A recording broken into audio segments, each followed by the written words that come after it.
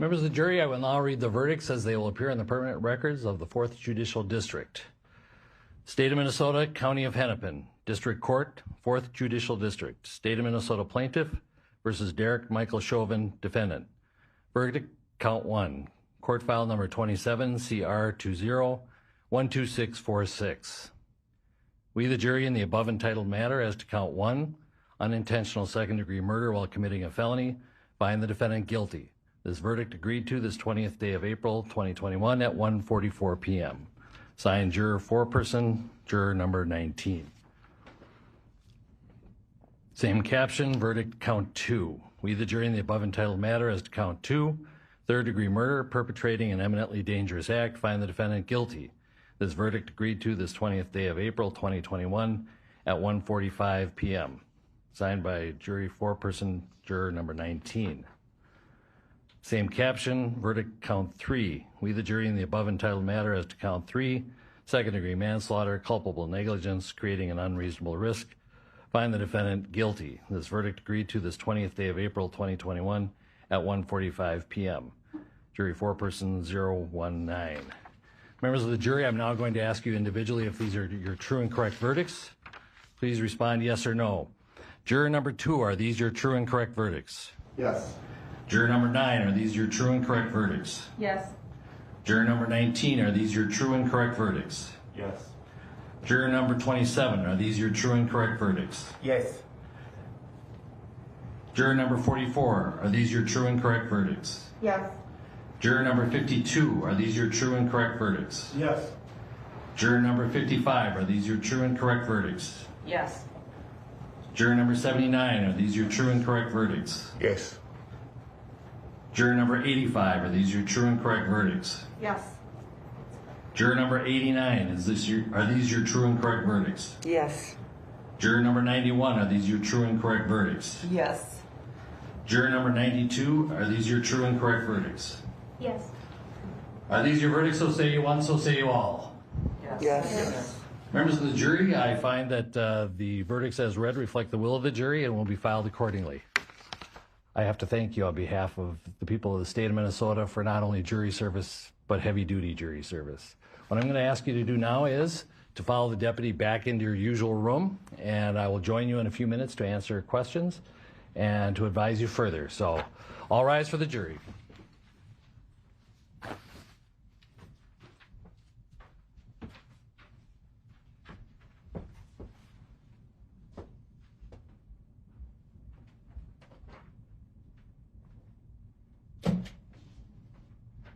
All right, be seated.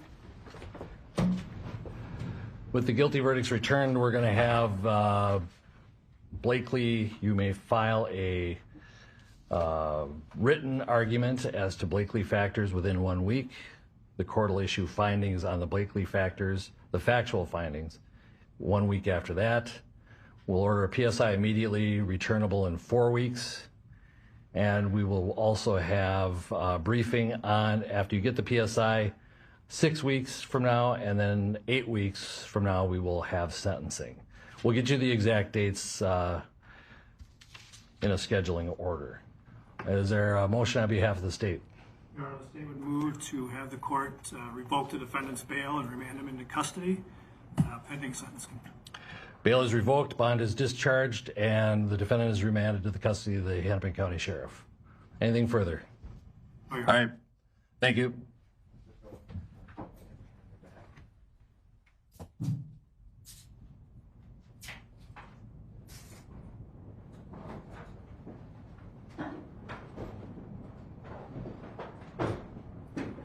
We're adjourned.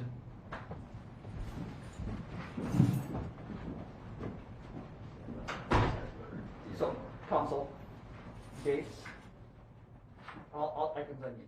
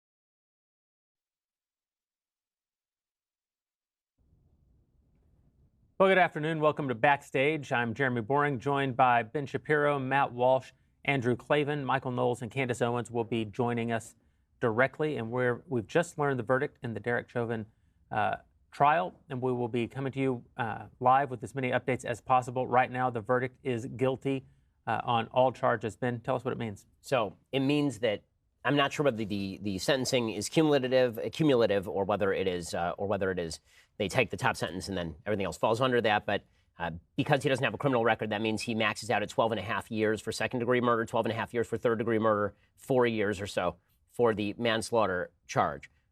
It was pretty obvious from how fast the jury came back that it was going to be guilty on all counts. As soon as they said the jury was coming back today, I immediately said to my producers and publicly that it was going to be guilty on all counts because they were never going to acquit on all counts that quickly.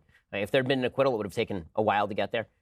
My own prediction was that if there had been any sort of real evidentiary consideration, which I frankly do not think that there probably was in this case, it was a 3-week trial. There were 10 hours of consideration. That is wildly disproportionate in a case that has this many conflicting fact patterns, that if they came back this fast, it would be a guilty verdict. I thought any jury that looked at this would probably have gone hung jury on the 2 murder charges and then maybe convicted on the manslaughter charge. If you were going to get very aggressive, that would have been an aggressive jury. If you were not aggressive jury, you would have hung on all 3 counts. And if it had hung on all 3 counts, if it hung at all, then the judge would have instructed them to keep going back in the jury room, trying to beat it out, because the fact is that you need a unanimous verdict for either acquittal or for conviction in Minnesota. The fact that it was unanimous that quickly meant pretty clearly that it was going to be conviction on all charges coming out. We'll have to see whether people who had, spent their nights planning for rioting and looting now actually go home, or whether they go ahead and hit the local Target in celebration, presumably, of the verdict.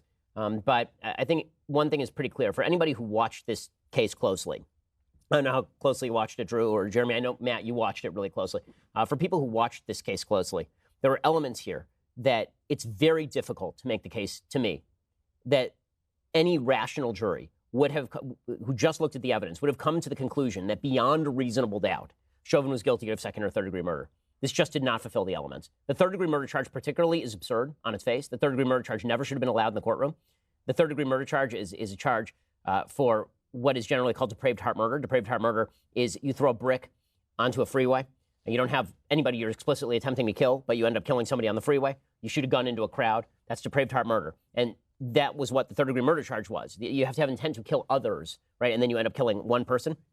It was counted anyway.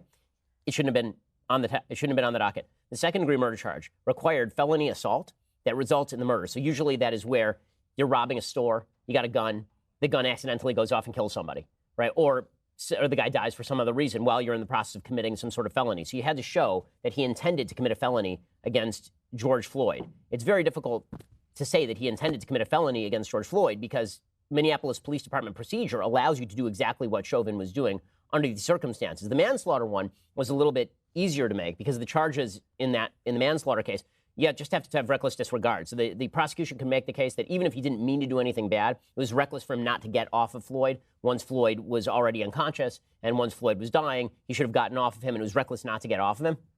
But the fact that they convicted on all 3 counts says to me that they weren't really looking at the evidence because, again, all 3 of those charges also rely on a simple question of causation, right?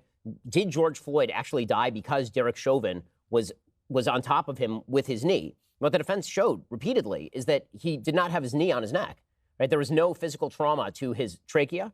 There was no evidence that there had been physical trauma to his arteries that would have cut off the oxygen to the brain. There are a couple different types of asphyxia. There's physical asphyxia where you actually strangle somebody. There's you deprive somebody of oxygen to the brain by cutting off their blood supply via their arterial blood flow. And then there is a chemical asphyxia, which is drug overdose. And the fact is that George Floyd had 3 times the deadly level of fentanyl in his system. He was high as a kite. He had 75% arterial blockage. The medical examiner originally said if I'd found him dead in his room, I would have immediately assumed that it was a drug overdose. Right? And the only reason that this became a national issue is because of the tape, which on its face, when everybody first saw it, looks really ugly. Because it turns out that a lot of policing looks really ugly. And then when you get all of the lead up, at the very least, you don't have to say that you love what Chauvin did. You don't have to say that Chauvin acted appropriately. You don't have to say any of that stuff. What you do have to say is to not even believe that there's reasonable doubt on the murder charges, where you'd have to have intent. That suggests to me that this was far less about the actual facts of the case and far more about all of the hubbub surrounding the case, this trial never should have taken place in Minneapolis. It should have immediately been transferred in terms of venue. You were not going to find an impartial jury in Minneapolis in the single most publicized criminal justice case of our lifetime, at least since Rodney King. Especially they don't sequester them. They didn't sequester them. Yeah. By the way, the judge in this because case, they're not sequestered, you have major political figures, the mayor, the president of the United States, the sitting congresswoman, all calling for a guilty verdict. That has to have some impact on a jury, doesn't it? Hours after the judge in the case reprimanded Maxine Waters, who flew from D.C. to the city before the jury had started deliberating to demand a guilty verdict. In fact, she demanded a verdict on premeditated murder, which she wasn't even charged with. And first of all, that whole Maxine Waters going to Minneapolis, what else could that be other than an attempt to intimidate and tamper with the jury? What other motivation could you have to fly as a high-ranking politician to the city where this local murder trial is happening and demand that the jury come to a verdict? Either you believe in fair trials or you don't. Either you want the jury to weigh the evidence and come to a decision or you don't. It's clear that they don't here. The problem, the irony is that the only verdict we could really trust is an acquittal on all counts. I think that would have been the right verdict, but it's also the only one you can trust because it's the only one that couldn't have been motivated by anything but a look at the evidence. But with this verdict, you have to obviously wonder, is that how they saw it when they investigated the evidence? Or are they coming to this decision because they know their lives might be over, might be ruined if they came to any other decision? They know that the media is going to leak their identity and they're going to be looking over their shoulder for the rest of their lives. Right, they had a choice. They could be the heroes of the Republic today, or they could be the greatest villains in the history of the Republic today. Yeah. And this had been trot up by the media. The media wanted the riots. The media set this up. They want the riot. I don't know any other motivation for their behavior other than they want the polarization. True. They want the riots. Will there be riots anyway? Probably some, but nothing like there would have been. I mean, it's funny. I was a court reporter. I was an actual newspaper man in courtrooms, and I'm very slow to pass judgment on the verdicts of juries because I know that the world looks very different from the jury box than it does on TV or anywhere else.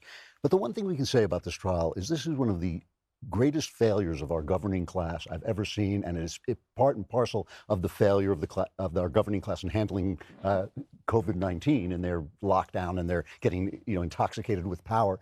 But to have the President of the United States praying for the right verdict, to have Congresswoman sitting out there and calling for violence, to have people in the press, Yamiche Alcindor, is that her name? Saying she could not believe that the prosecutor was contradicting, the defense was prosecuting the defense was contradicting the prosecutor. I thought, like, That's a defense. How stupid are these people, Just before I got here, Jenna Ellis tweeted that she was praying that the jurors had acted justly no matter what the verdict was. The filth that came in answer to this, these kind of stunted, ugly, demonic answers of just pouring absolute vile filth on her for not thinking that a trial should be decided on Twitter after watching a video. And to Ben's point, I've also covered a lot of cops. I've seen a lot of arrests. It is much, much easier to take a person down brutally than it is to take a person down safely. To take a person down safely, you've got to wrestle him down. There's going to be violence. It's really ugly. Frequently, they use more cops to do less damage. One cop can take you down just by hitting you over the head with a stick in the right place. Yeah. But 4 cops can take you down safely. And so the things that you see on these videos are not dispositive. They're simply not. You see a lot of ugly stuff on videos that move people, and of course the politicians are working to gin up their emotions, and so are the press. It is a complete failure of our authoritative class, of our clerisy, in defending American justice. And again, I'm not going to say this was the wrong verdict or the right verdict, but I will say that the behavior of these people, from the president on down, has been absolutely shameful and dangerous. Candace joining us. Your thoughts on the guilty verdict, guilty on all charges? It's the wrong verdict, in my opinion, and I think that it's indicative of the fact that we now live in mob rule. This is mob rule society. Yeah. I mean, this is based on the evidence that we saw, and this was polluted from start to finish. So to me, the most important element of this, which I found to be astonishing, was the fact that they never released the full police footage.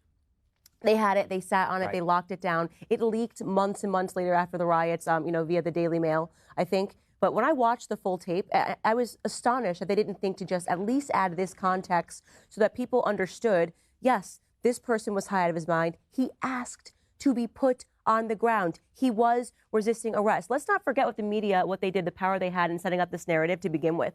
First, the media said he was just getting his life together. Do you remember St. George? Yeah, they do You this guys all the remember time, St. yeah. George, right? He was just getting his life together. He had moved to Minnesota. Yes, he was, had been in prison in the past, but he was just helping the youth. And everyone was crying, and it was, oh my gosh, this man is, was getting a second chance at life, and maybe had the wrong ID or whatever it was using counterfeit bills, and somebody called the police, and then he was killed. He was brutally murdered on the basis of him being black.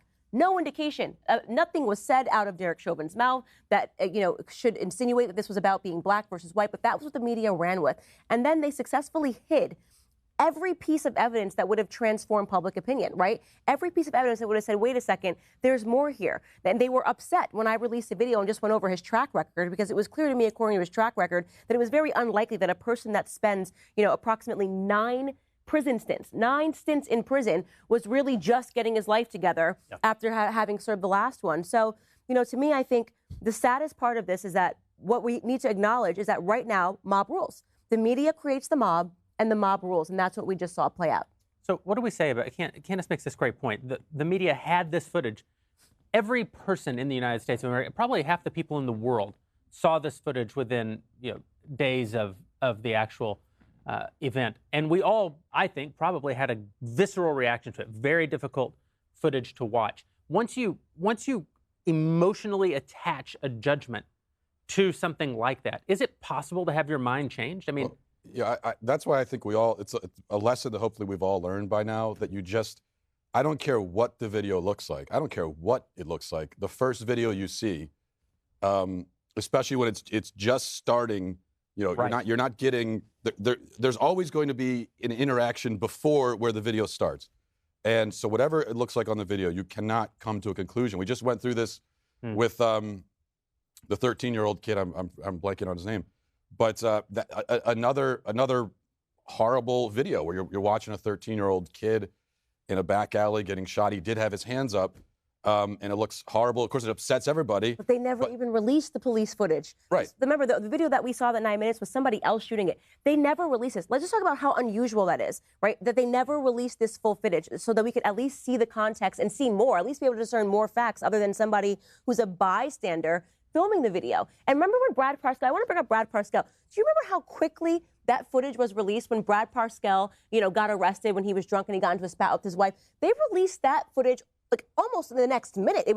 He got arrested on a Monday and we had the footage by Monday afternoon. But George Floyd footage, it was never for public consumption. The Daily Mail got it months later and released it. But I also think we're probably at a point now where the full context doesn't even matter, because like I was saying with the 13-year-old kid, it comes out, he had a gun. He had a gun. He was just firing it at cars passing by. He's in a gang area. The cop doesn't know that he's 13. He ditches the gun behind a fence. The cop can't see that. He turns around. Like, obviously that's a justified shooting, but I think from the perspective of the left and the media, if a police officer shoots a non-white person, it is not justified. Period.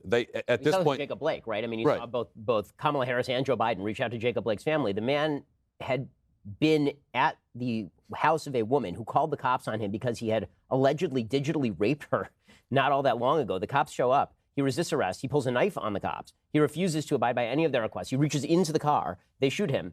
And still, there are riots in Kenosha, Wisconsin. And we see all the tape of it, and we're told that the police got this wrong. Oh, don't forget, the NFL put Jacob Blake on the back, the New Orleans Saints put Jacob Blake on the back of their helmets during practice to honor him. It's honor him. Which is also shameful, by the way, holding these guys up as heroes, even if they're unjustly killed, even if they don't deserve this to is die. Candace's point, This is my point. When I got, the video I did, 100 million views, and they couldn't believe it because, oh my gosh, I'm alleging that maybe your little child shouldn't be, I don't care what's happened, maybe she shouldn't be wearing a George Floyd shirt. Maybe they shouldn't be getting baptized in George Floyd's circle, or wherever it was they were taking their children to be baptized. They literally tried to transform him into a saint. Yeah. They wanted to saint this man. And all you had to do was look at his record and say, he has a wake of victims in his past. Right. Imagine the woman who, when he, got arrested for the armed robbery, broke into her home, put a gun to her stomach. Her child, her minor child, was in the room during that time because he was looking for drugs and money. He pretended they pretended to be the waterman, you know, and he breaks into the home. And imagine that woman watching the media saying to this man, Right. Imagine that victim. And why I always say this is that actually black female lives definitely don't matter. Well, that's true because too. these That's black true. men that they keep hailing as heroes and victims always leave a trail of female black victims in their wake, and nobody cares. That's a common theme, right? Because Dante Wright, one of the more recent ones, he robbed a woman at gunpoint. She was going to get her rent money. He had just spent the night at her house. She allowed him to stay. She's going to get her rent money. He follows her, robs her at gunpoint, reaches into her bra, actually, to take the money. So that's sexual assault. He chokes her. And then George Floyd, Jacob Blake. I mean, this is actually heroes, common all of theme. them heroes. Yeah, the women. How they treat women. But I think what a lot of this comes down to for the media is that there is a single factor analysis that they're using, which is the worst kind of analysis to use because it just removes all of the confounds. And the single factor analysis is all the problems that are experienced in America, in the criminal justice system, all of the racial problems in America are due to cops. All of them. And therefore, if the cops are the problem, that means it doesn't matter what the alleged victim was doing. It doesn't matter what the suspect was doing. And not only that, it means that you have an immediate polarity because you have a villain, and it's not enough. You can't say that there's a person who has a bad criminal record and also the cop shouldn't have done what he did to this person, right? You can hold both of those things, right? You could have come to the conclusion that Derek Chauvin acted wrongly and should have been convicted for manslaughter and still said George Floyd isn't a hero. That is quite possible to say those things. But because the media uses single factor analysis, which is that America is a white supremacist country and therefore black people are deprived of all agency, are not responsible for any of their own actions, that means that it is just a question of good versus evil, and you can identify it as quickly as looking at the races of the people who are involved without looking at the tape, without looking at any of the evidence in any of these cases. We've seen cases in Chicago where it turns out a cop will shoot somebody, and before you even know the facts of the case, somebody will send a text to somebody saying, white cop, black suspect, and there are riots in the Chicago Loop. You remember this happened. And the race is always missing. They always conveniently remove the race if it's the other way around. They'll just say shooter. Or invent a race, as with the Trayvon Martin, George Floyd, George Zimmerman, right? Or white Hispanic. I think the terrible part of the context that is completely, doubly erased is first the high crime in black neighborhoods, which is not the fault of the police. I mean, whose ever fault it is, the police are the last guy on the ladder to receive this. They've just got to stop the crime. If the police had an app on their phone that could show criminal intent, they wouldn't be looking at the color of a person's face. They'd be looking at the app on their phone. They're just trying to find out who the bad guys are, and most of the people they're protecting are have the same color skin as they do. So that's the first thing. And the other thing is just the fact that putting all of this stuff on the cops as if that they had some kind of social power to shape the behavior of people in their neighborhoods. They don't have that. Well, right now, how can you be a police officer? That's what I'm saying. What is the incentive? What's the incentive? You're about to see a crime spike like you have never seen in America's major cities. We've seen it already. You're already seeing it. You saw a 30% increase in homicide in America's major cities. None of those are red cities. They are all blue cities. They're all run by Democrats. I'm getting calls from members of the Minneapolis Police Department, NYPD, Chicago PD, LAPD, Washington, D.C. PD. I'm getting calls from members of police departments all over the country, heads of unions, people saying, our police officers are just going to leave. They're going to take the early retirement if they can get it, and if they can't get it, they'll still leave. Or if they do continue to serve, they will sit there by the radio, and if there is a call for a crime, and they're a white officer, and the person is a person of color who's a suspect, they will think twice before going to answer that crime, not because they don't want to help out. Right. Most of the people who join the cops are going to help out. This is why they started this. Yeah. If you're a white guy and you wanted to serve in the Washington, D.C. Police Department, it's not generally because you're some sort of sadist who wants to harm black people. It's because you want to help the 85% black community in the particular area that you're policing. And the people who are going to pay for this are not white people on CNN. It's not going to be all the white jerks on Court TV who are celebrating today. The people who are going to pay for all of this are all of the same people who are going to be abandoned when the cops leave their city. Well, I don't blame the cops. I don't blame the cops. And I think we're going to see this. And I do not blame the cops. If I had, if my son grew up and said, I want to be a police officer, I'd say absolutely not. Are you kidding me? And let's just talk about, to draw a parallel. And I brought this up earlier this week. Number 3 leading cause of death in America are medical mistakes. 250,000 plus people are killed every year because of medical mistakes. Presumably, a lot of those people that are being killed are black. Could you imagine a scenario where they suddenly said, doctors shouldn't be paid, doctors should have their jobs removed, doctors should go on trial, doctors should be put behind bars every time they make a mistake. Even the idea that a police officer is never allowed to make a mistake, like in the case when she misfired. Again, none of this stuff would happen, these mistakes, if people could listen to police officers' instructions. It's not that hard, right? And right now you have Black Americans that are learning that it doesn't matter. You shouldn't have to. In fact, the best case scenario is for a police officer to do anything wrong while you're resisting arrest, because you will be transformed from a hero. And I say transform, I'm talking about from a drug dealer, from a drug user. I mean, all of these people from, an accused rapist into a hero. All you have to do is resist arrest and hope that a police officer makes a mistake in the moment, which is likely to happen when adrenaline is running through in your veins, because you're wondering, am I going to survive this? Because police officers also have to go home to families, right? Am I going to live when Rashad, whatever his name was, who was the guy in Atlanta? Grabbed Rayshard Brooks, grabbed the taser. What are you thinking a police officer is going to think in that moment? And yet still, the police officers are always demonized. There is no incentive right now in this country to be a police officer. Even if the cop is a bad cop, there are 700,000 police officers in this country. That's the population of San Francisco. If 1% of them are bad cops, that's a lot of bad cops. If we look at this country as if it were like a small town, and that's the way social media and the news media have combined to make us think about this country. Like, wow, 18 unarmed Black people were shot last year? Like 18 people in a country of 350 million people? Although, according to a survey of the left, it's over 1,000. Yeah, I know. They in their imagination. Which is a very dangerous place. By the way, there are over 40 million police-civilian interactions every year.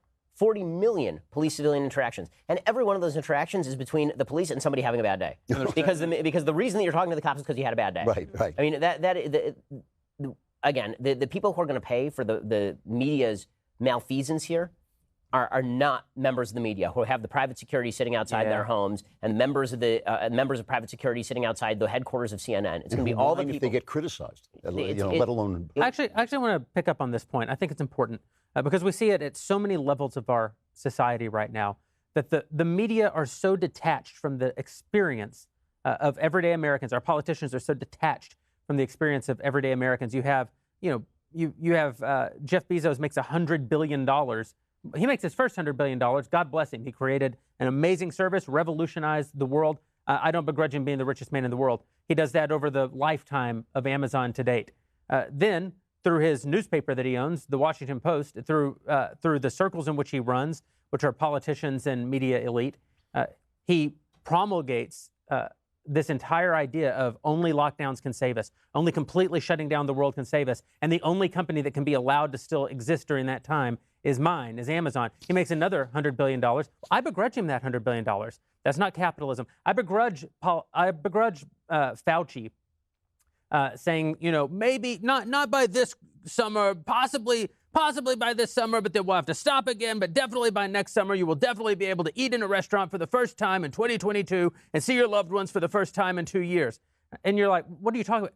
Millions of Americans who don't live in New York City, Washington, D.C., San Francisco, and Los Angeles and Chicago have been seeing their family the whole time, have been eating inside at restaurants the whole time. But he's so detached from the people over whom he would rule that he doesn't even know that they don't all live their lives like him. The people telling us that we can't work all have jobs. The people telling us that we can't have police all have private security.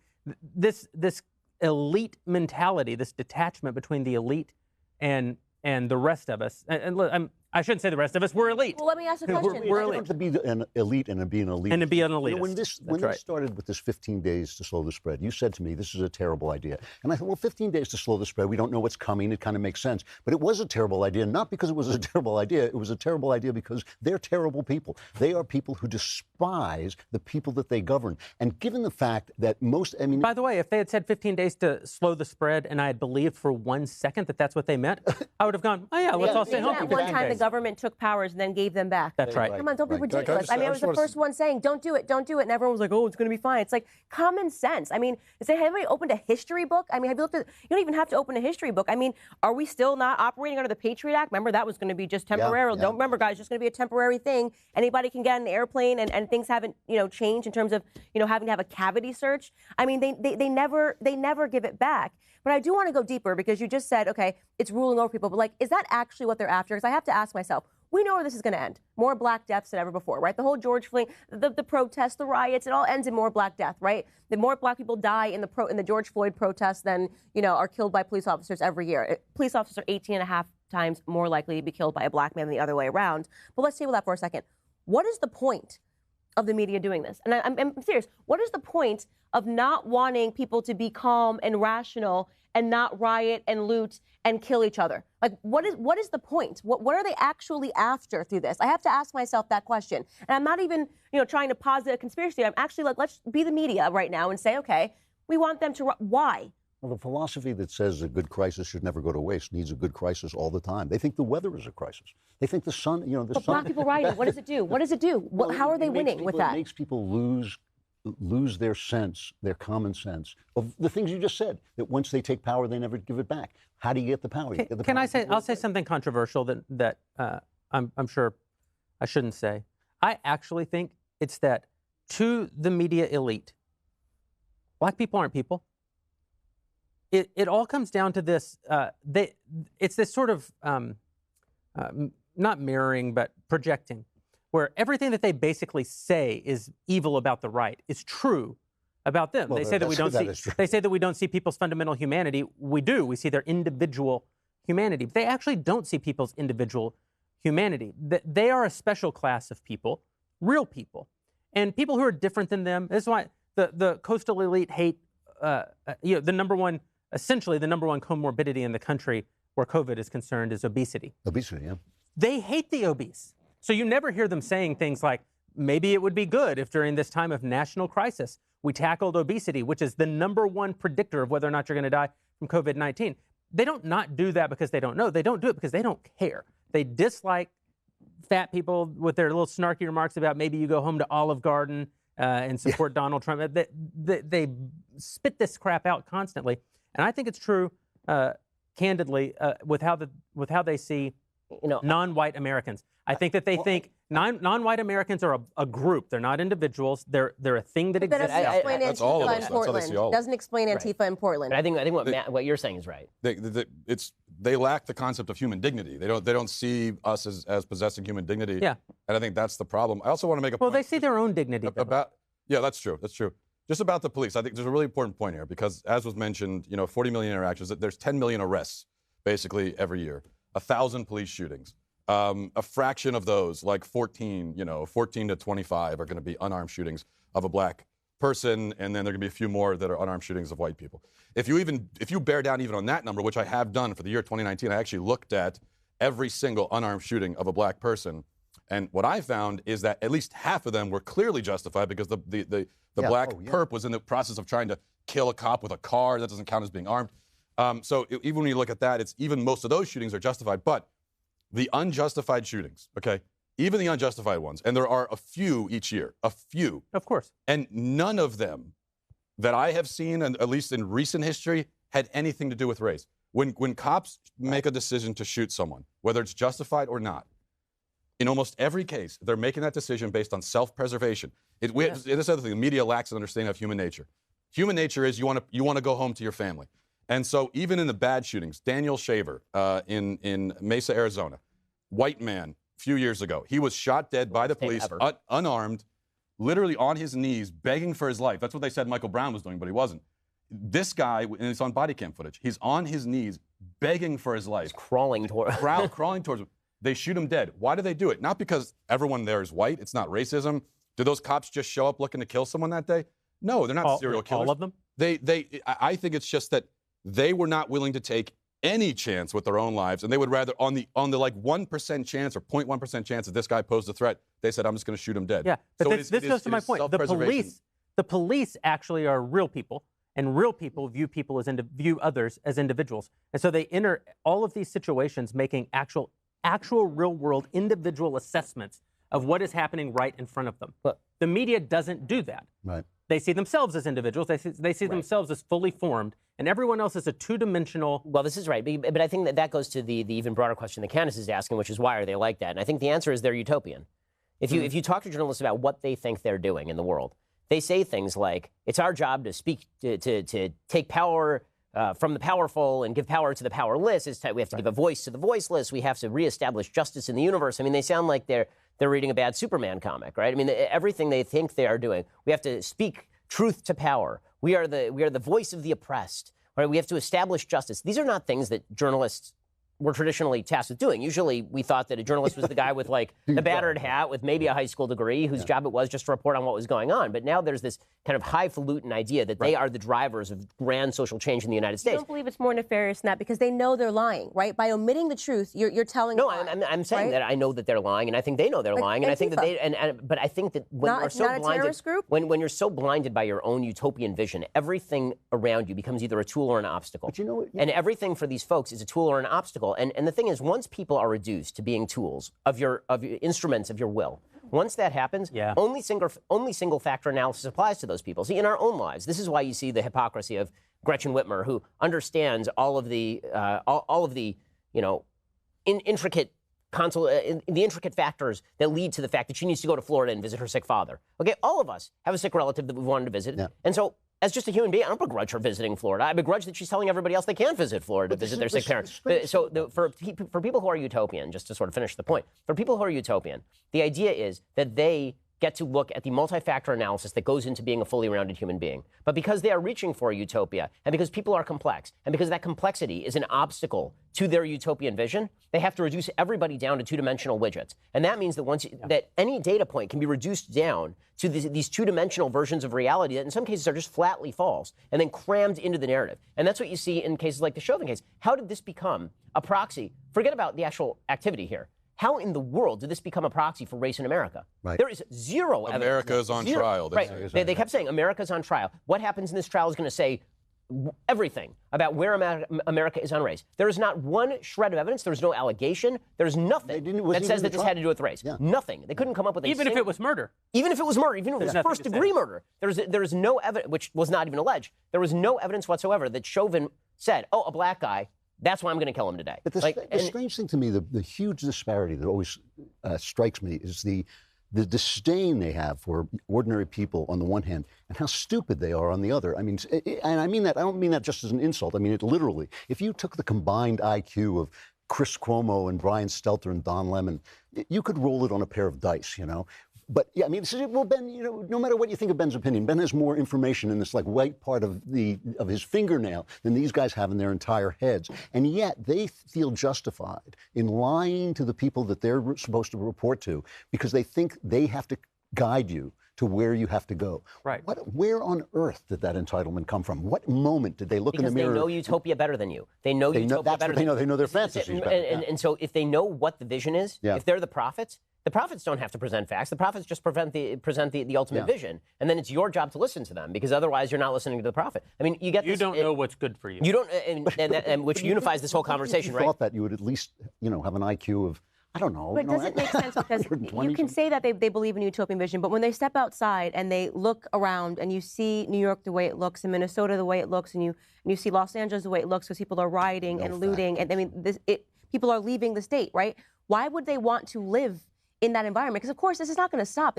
Right now it might be contained into the inner cities, but they're going to eventually start rioting and looting the suburbs when things happen, right? Because you can't, like the case with Antifa, they couldn't contain it. They were so supportive of Antifa for years, Democrats. Oh, they're the anti-fascist. There's that whole story in Minneapolis, it's an idea, right? Joe Biden said it's an idea. They are burning down Portland every single night. What they are doing is incredible because the Democrats won't acknowledge that these people are not an idea. This is thuggery in America. These are actual domestic terrorists that you're looking for. They're on the ground in Portland every single night. Yeah, but their last words will be, "But I'm one of the good ones." Yeah, right. But that's right. I mean, because when you think about, okay, so simultaneously while this is happening today, Maxine Waters, the House Republicans tried to push a censure vote on Maxine Waters, and the announcement, the verdict was coming out, happened in the middle of that censure vote. Every single Democrat voted in favor of tabling the censure vote. Of course. Every single one, right? Not a single Democrat broke ranks and said, you know, maybe we should say something about the fact that this lady who's been incentivizing rioters since she was in Congress, I mean, going all the way back to 92, she was calling, I mean, I was living there, I was 8, and I remember Maxine Waters on the TV saying that the LA riots were the LA uprising, right? Like, she's been doing this her entire career. So this is nothing new for Maxine Waters, who's the most corrupt member of Congress, bar none. There really are no close competitors. The unwillingness of a single Democrat to condemn her, again, it goes back to the utopian because when there are Republicans that Republicans don't like, usually we look at them and we say, that guy's ideas really suck, right? Like if there's a Republican and we look at him and he says something that's bad or he does something that's bad, like we don't want to be anywhere near this person. This person's like yucky. Roy Moore in Alabama. You got a Democratic senator from Alabama because Republicans in Alabama said, we don't want to be anywhere near this guy. We don't like what he's saying. We don't like what he's doing.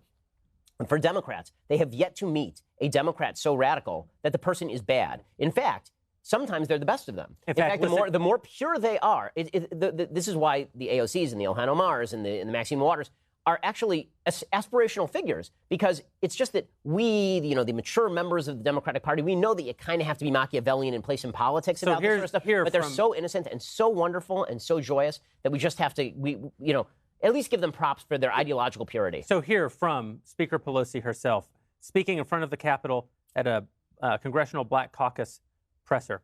Thank you, George Floyd, for sacrificing your life for justice. Wow. Because of you and because of thousands, millions of people around the world who came out for justice, your name will always be synonymous for justice. Oh, wow. my Lord. That's a religious cult. I was going to say, did she then say, give us Disgusting. This is literal. Right. Drug addict. Yeah. Okay, he was a drug addict. He abused women. He abused men. This is disgusting. It actually grosses me out. Do we have no better examples to put forward in the black community? When you think of the word justice, you think of George Floyd. I mean, how far we have fallen since Martin Luther King. Yeah. It honestly makes me sick. It makes me sick. It's so upsetting to me as a black person to see what is coming out as representative of the black community, what we are told we should be holding up. Do you think those words would be written when Clarence Thomas dies? Do you think those words would be written when Thomas Sowell dies? Do you think those words would be written when Dr. Condoleezza Rice dies? That's why I asked the question, why? It's almost like they are trying to intentionally pivot the attention of black Americans into celebrating degeneracy. At every turn, right? They think of black people. Whether it's whether it's culture, this is who we're going to name Woman of the Year, right? Cardi B. Whether it's talking about civil justice, George Floyd is now the emblematic of civil justice. He's so brave. What he sacrificed his life. I mean, there is something very sinister and very disgusting happening right now in this country in terms of how they are trying to pollute black minds. And it goes all the way from the education system and critical race theory to these disgusting words. And I will call them disgusting because they are, and they are false. George Floyd died. He was a drug addict, period. Whether you have an opinion about whether Derek Chauvin, should have spent some time in prison, yes or no, we should all agree that this man is not emblematic of justice. Right. I mean, it infuriates me. And aside from being a drug addict, I mean, that's important. I think that's why he died. But this was a man. There's no indication. This was a man who preyed on his own community, and yes. Forcing your way into a woman's home and robbing her at gunpoint in front of her child. That's not some small mistake. It's also not something he did when he was 16. He said it twice. Armed robbery was twice. Yeah, this is really depraved evil that this person was capable of. And what you're seeing there is, it really is. The anti-racism stuff takes on the shape of a religious cult. Because you have your literal savior figure who sacrificed himself, talking about him like he's a Christ figure, really, literally. I honestly wish you hadn't read it. Sacrificed his life. Sacrificed his life. The thing about Jesus is that I may not be a New Testament scholar, but it seems to me that Jesus, in your guys' version of this, wanted to be sacrificed, right? I mean, like, at the very least... No one takes my life from me, I lay it down, he said. Yeah, I mean, if you're supposed to be the Son of God, you pretty much don't have to do that. Right. So to equate those two things, of course, is silliness on its face. They will But name another streets after important him. part Wait of the... for it. They will name streets after George Floyd. And to your point, I actually think that the left is about to turn on Martin Luther King Jr. I do too. I think he's toast. Yep.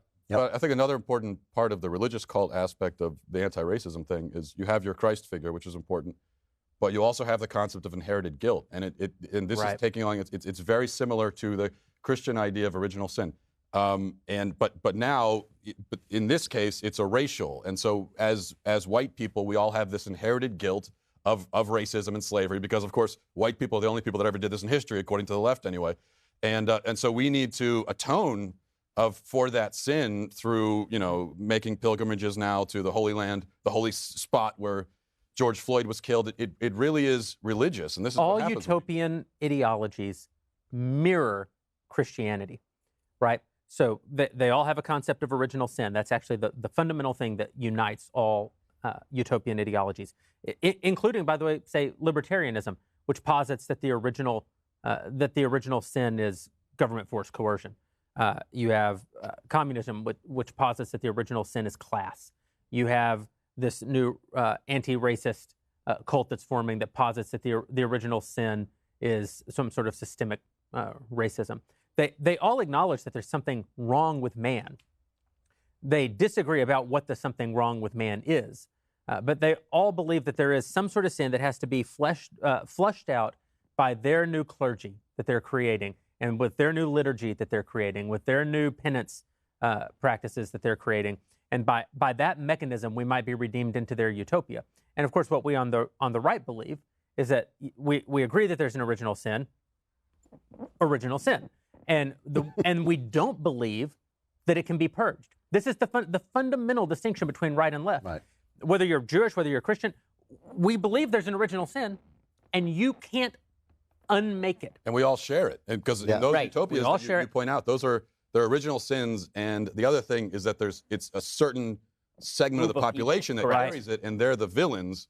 Whereas in the theological idea of original sin, it's the whole human race. It's all of us, and we're trying to figure out what to do with it, not what to do about it. You know, there's something that I was thinking about earlier, and sort of back to something you were saying, Candace, about the perversion and the attempt to build up certain people as heroes who clearly are not heroes.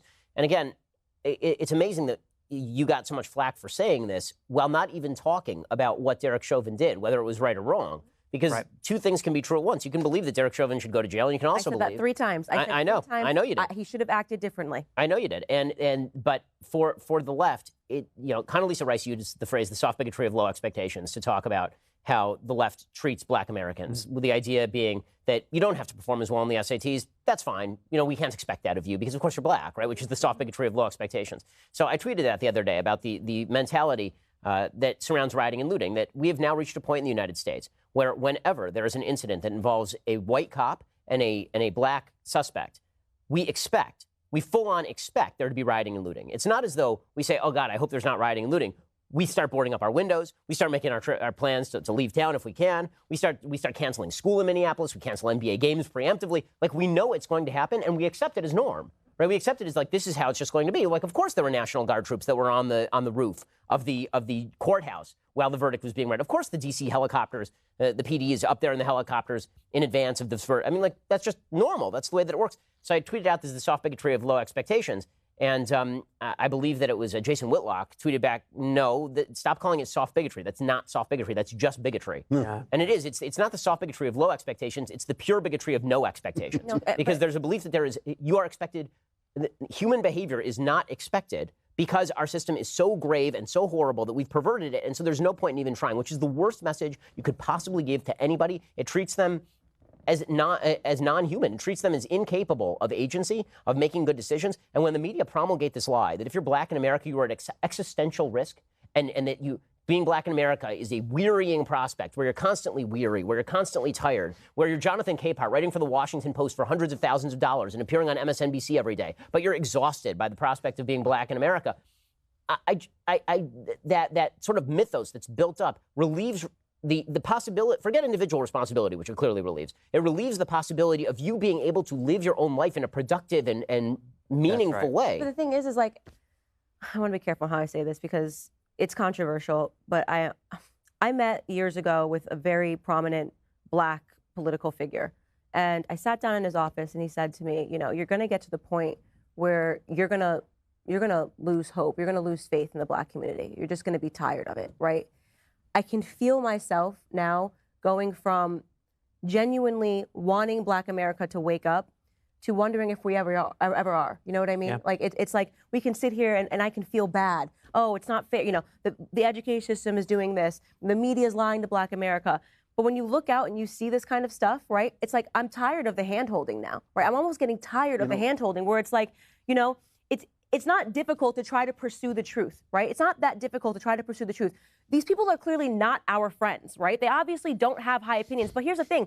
They're setting lower and lower expectations, but we keep meeting these lower and lower expectations. You know what I mean? When you look at the statistics in Black America, what are we, 13% of the population, and we account for over 50% of all of the violent crimes. These are problems that are never going to get addressed. Our communities are going to be, further, the Black communities, people that live in the projects, those are about to get a lot worse. And the only key to all of this is education, right? The only way this gets fixed is education. But instead of saying, educate our kids, you have Black Americans that are at the forefront saying, you know what, we shouldn't even have standardized tests. Standardized tests are racist. And parenting, not education, parenting, and also parenting. Because we have to fix it. It's like we have to stop feeling bad. Like Black America has to fix Black America. It may be presumptuous, but I'm 10 years older than you. And in that short amount of time, the country really changed. Yeah. I experienced a different upbringing in some ways than you did. I don't think that the Black community has a responsibility to better itself. I believe that all individuals have a responsibility to better themselves, and that we as religious communities, which is a community you select into, or as regional communities like actual towns, that's a community that we have opted into geographically, or our national community, that we have an obligation to help one another as individuals step up. And I actually think the idea that the left talks a certain way to the Black community, that's how they see the world. And we shouldn't grant them that premise. They reduce us all down into these communities that we didn't opt into, these communities that are the result of some immutable characteristics. Yeah, exactly, immutable characteristics. And they want us to identify by that.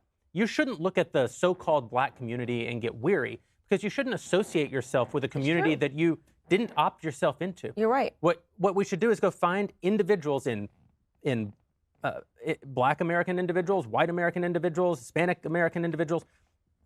Those are the people we should build community with by opting into community with them, and we should help one another make ourselves better. And we make ourselves better fundamentally by realizing that sin isn't something that's being visited upon us.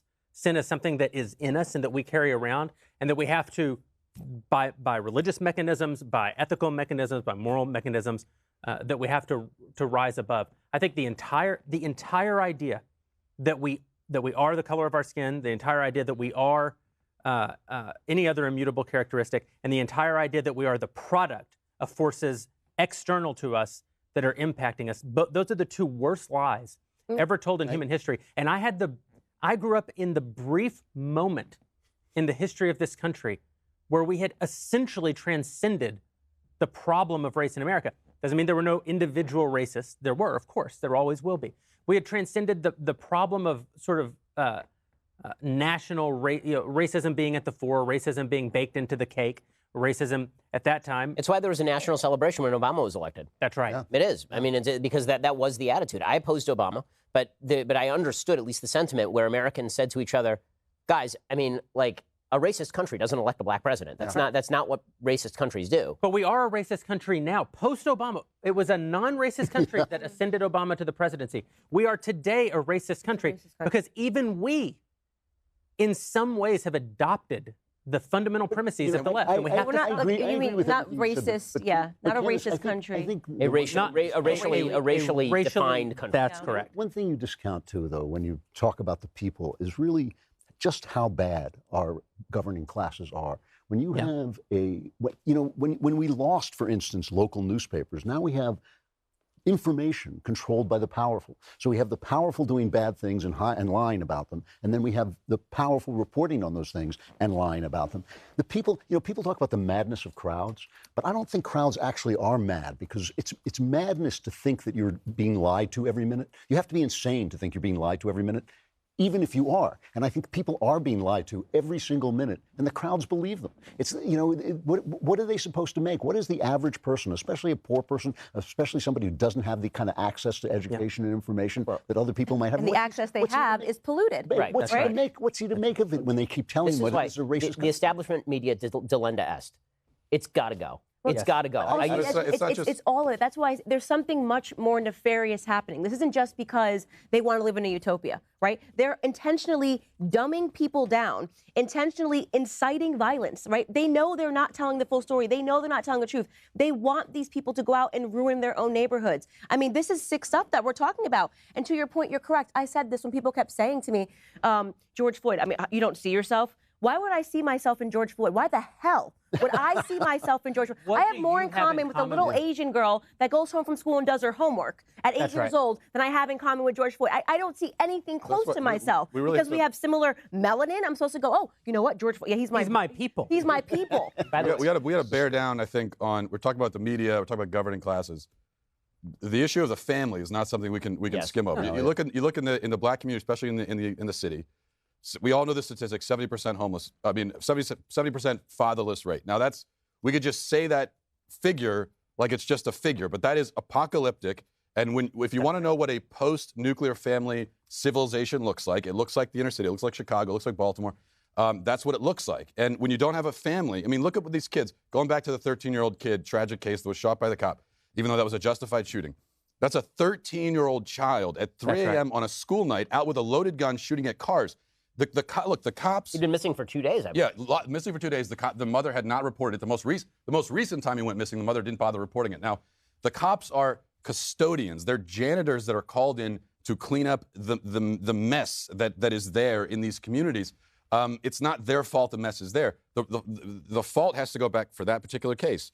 Where's the father? You know, we heard the mother come out and talk about what a wonderful child her son was. And I don't blame mothers for saying that. What mother wouldn't? But we didn't hear anything from the father. You know, and that's another really common thread that we see in all these cases. So if kids they're not being raised at home, especially as boys, if they don't have a male role model in the home showing them how to take all that masculine energy and aggression and all that's good stuff for boys to have. But a father has to be there to show you, okay, that's how you channel it. This is how you harness it. We don't want to suppress it. That's what the school system wants to do. But that's also government and media. So you're saying that is government media. That's government policy. That's Lyndon Baines Johnson. That's the Great Society They're left Act. susceptible. Right. And then that's the media perpetuating an idea that we should look towards women who have men cheating on them, have multiple baby daddies, are now being called, you know, these are the women that you should be hailing as heroes because they're feminists. So it's also convoluted now. You can't even just say, you know, the idea that, you know, 74%, I think it's 74% now, I think it's actually 78%, 74% of black children growing up without a father in the home, that only happened because of government and media. Right. It's a joint effort. And it is largely, you know, our governing class that is pushing this stuff because none of them abide by these rules. They all grew up in two-family homes, right? Kamala Harris grew up in a two-parent family. Joe Biden grew up in a two-parent family, right? Like they all abide by. This is Charles Murray's point in Coming Apart, right, where he talks only about the white community. He said that all the people who are in sort of the elite ruling class abide by all the traditional rules of success, and then they preach to everybody else about how none of those traditional rules for success apply. But I mean, I'm looking at the screen right now, and I'm seeing that Joe Biden and Kamala Harris are going to deliver an address on the Chauvin verdict. It's an individual criminal justice case. How in the world is the White House holding speeches on the basis of that, as though this is indicative in any way, either way that it would have gone, on everybody in America, on the state of America more broadly? It's an individual case with individual circumstances in which, frankly, I think the jury did not look at the facts, particularly in the murder charges.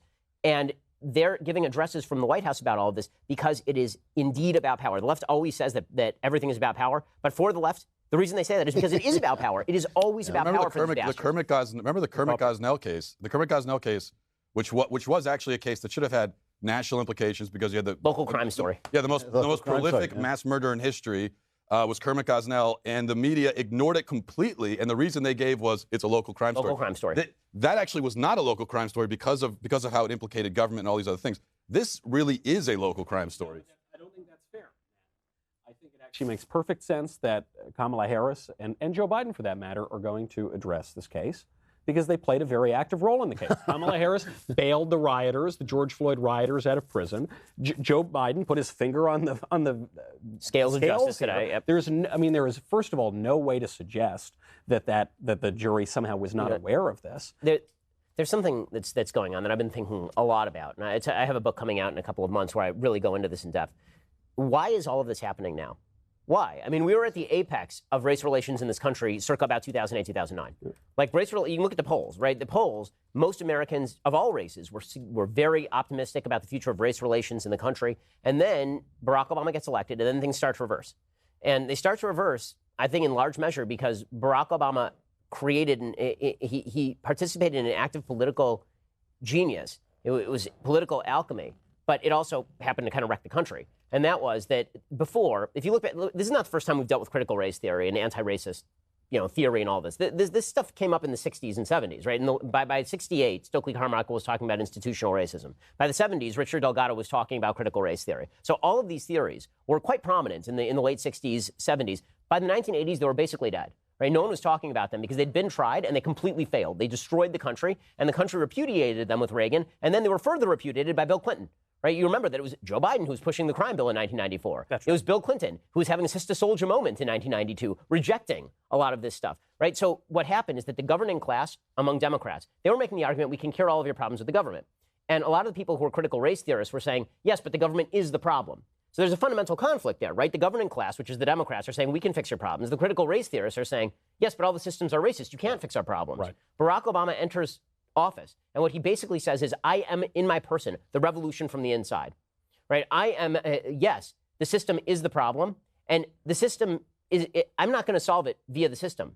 I am the system. If you attack my policies, you are attacking me on the basis of race. And not only that, I'm going to activate a new racially based coalition that is going to be the new minority majority in the United States. I mean, they've openly talked about this. This is not a conspiracy theory in any way. Barack Obama and the Democratic Party openly talked about how there was an ascendant coalition of the disaffected in the United States that was eventually going to take complete control of American politics. And there are articles in The Atlantic about this. Ronald Brownstein wrote a lot about this.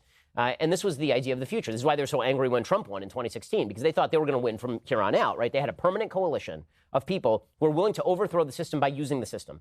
And that's what you're seeing right now. You're seeing people who are using an ideology that is fundamentally incompatible with the systems of the United States. That's true. And they are using that ideology in government in order to maximize the power of government and rewrite the nature of government. That is it. Maximizing the power of government. That's what I see. And I see all of the traces. And speaking of where this idea came of systemic racism, institutional racism, it's a Marxist ideology. It actually came to Black America in the mid-1960s when Black America started changing their names and saying, I'm going to take my slave name. And all of these things came from literal Marxist ideology came. It was actually Shelby Steele writes about it in his book, White Guilt, to your credit, talking about this whole idea that racism is actually everywhere. It actually can never be fixed. It's going to be everywhere. The idea is to just cripple America because it allows, once the America becomes so focused on race, obsessed with race, it allows the government, the Kamala Harris and the Joe Biden, to do whatever they want. Think about the sweeping reform that they've passed, critical race theory, all of these things, which basically guarantees to them that they are going to have kids that are dumber and dumber, that are, by the way, getting more degrees than ever before. We actually have the dumbest kids that have ever graduated. I'm not saying that as a joke. Standardized tests reveal these are the dumbest kids that have ever graduated, and yet we are giving out more degrees than we've ever given out. They're not getting smarter. Dumbest but most educated. So what is the point of handing out these meaningless degrees? Well, because you just want these kids to feel good. They want them to feel like they know so much. They're convinced that they are so woke, the woke-topia. They know everything. I have 6 degrees in Latinx studies, right? I have a degree in Latinx studies. I've got a degree in gender studies. I can't get a job. But that's a real weird that I can't get a job. So now I'm an angry activist. And the government is going to tell you what you should be angry at. Some idea, some Marxist idea, like cultural, like racism is everywhere, institutional racism, and then they become the perfect, permanent government activists that can go out and riot every day because they don't have a goddamn job. But that is the point, is that it actually, we say that the gender studies degree, it doesn't matter, it doesn't connote any meaning. It does. It is a real credential that you are now approved by the regime, by the liberal establishment. You are part of this new... You're part of the clergy. You're part of the clergy. You're part of the state church of progressivism. You speak the vocabulary, right? And the way that you know, by the way, that people speak the vocabulary is now we actually put it in our Twitter profiles, right? That's what the pronoun debate is about, right? The pronoun debate is not about a tiny percentage of the population and what pronoun they wish to be called. It's about whether you speak the vocabulary to the extent that you're willing to put your pronouns in your Twitter bio. It's a little fish on the back of your car. It's the lamb's blood on the door, so that the angel of cancellation passes over you. That's right. I think race is just way too useful to what everyone's saying here. I mean, race is way too useful a tool and for corrupt politicians to forego using. Yep. I mean, I always bring up what I think is one of the most profound things that's been said about race in recent times was by Morgan Freeman in a 60 Minutes interview about 20 years ago. And he was asked, what should we do about racism? And his answer was, stop talking about it. Yeah. And that is the answer. If you really want to solve racism to the extent that it can be solved, and it really can't be totally solved, of course, because we can't live in a real utopia, but to the extent that it can be solved, just you let people live their lives, especially kids. I can remember anyone who grew up in the 90s. I can remember growing up in the 90s. I had kids, black kids, Hispanic kids, a lot of Asian kids in my class. We didn't really think about it. I mean, you noticed that they were, different hues, skin color from you. But it wasn't. You might even make a joke about it. God forbid. Right. You joke. The fact that you could joke about it shows that it wasn't a big deal. and you went about your life. The adults have to come in and tell the kids, no, wait a second. This is really significant. The fact that that person looks different from you, that should matter to you a lot. So Sesame Street is now rethinking it, right? Right. Sesame Street is now teaching kids that you have to think in racial essentialist terms, that a deep fact about you is the nature of your race, which is precisely... Why didn't we think of this before? You know, why didn't we think of being racist before? You know, this is such a good idea. I mean, it works so well. You see how this played for... If you want to see how the deal with the devil was made by the Democrats, I mean the devil of racism, because the Democratic Party is the racist party. Their anti-racism is pure racism. It is just racism. It is thinking of people simply in terms of an immutable characteristic and then essentializing the immutable characteristic, which is the definition of racism traditionally, until they've decided to rig the definitions. But what they've decided to do, Bernie Sanders is the perfect example of this. So you remember in 2016, Bernie runs, and he gets all sorts of plaudits from sort of the far left wing, but there's one push against him from the left that's really effective, and that is, you know, he keeps saying that if we just go to the socialist utopia and everybody has an equal outcome on an individual level, he's not really seeing the racial complexity of America. Remember, he was accused of being racist. Remember this? He was too white. The Bernie bros were too white. And Bernie's socialism was too white. It was not racially conscious enough. And so Bernie consciously started adopting some of the language of race, which cuts directly against the language of traditional Marxism, right, which is a class-based ideology. Now you have a race-based ideology. Two original sins. Right. And so, and theoretically in conflict. So basically, I think what has happened here is that the language of racial radicalism, which has more of a basis in American history than the language of class. That was always clearly. We didn't really have a class. Right, exactly. You could move within this is why class warfare in the United States historically has not been tremendously successful. Right. But if you go to race, there is an actual terrible history with race in the United States. So if you can take that and you can cram that into all the same socialistic prescriptions you're already giving, right? This is what Joe Biden is doing, right? Joe Biden is saying, you know how we solve racism? We solve racism with infrastructure. Right? This is how you have Pete Buttigieg, the whitest person who has yet walked the earth, right? Walking around talking about how the way that you solve racism in America is by building new highways under the tutelage of his road building program. Racist, he said. Right, he said highways are racist. Other Anglo-Saxon architecture. Listen, the president of the United States has reached out directly to George Floyd's family. He has said, nothing is going to make it all better, but at least, God, now there is some justice. George Floyd had no family. He had no relationship with his family at the time that he was alive, but I'm glad his family's being reached out.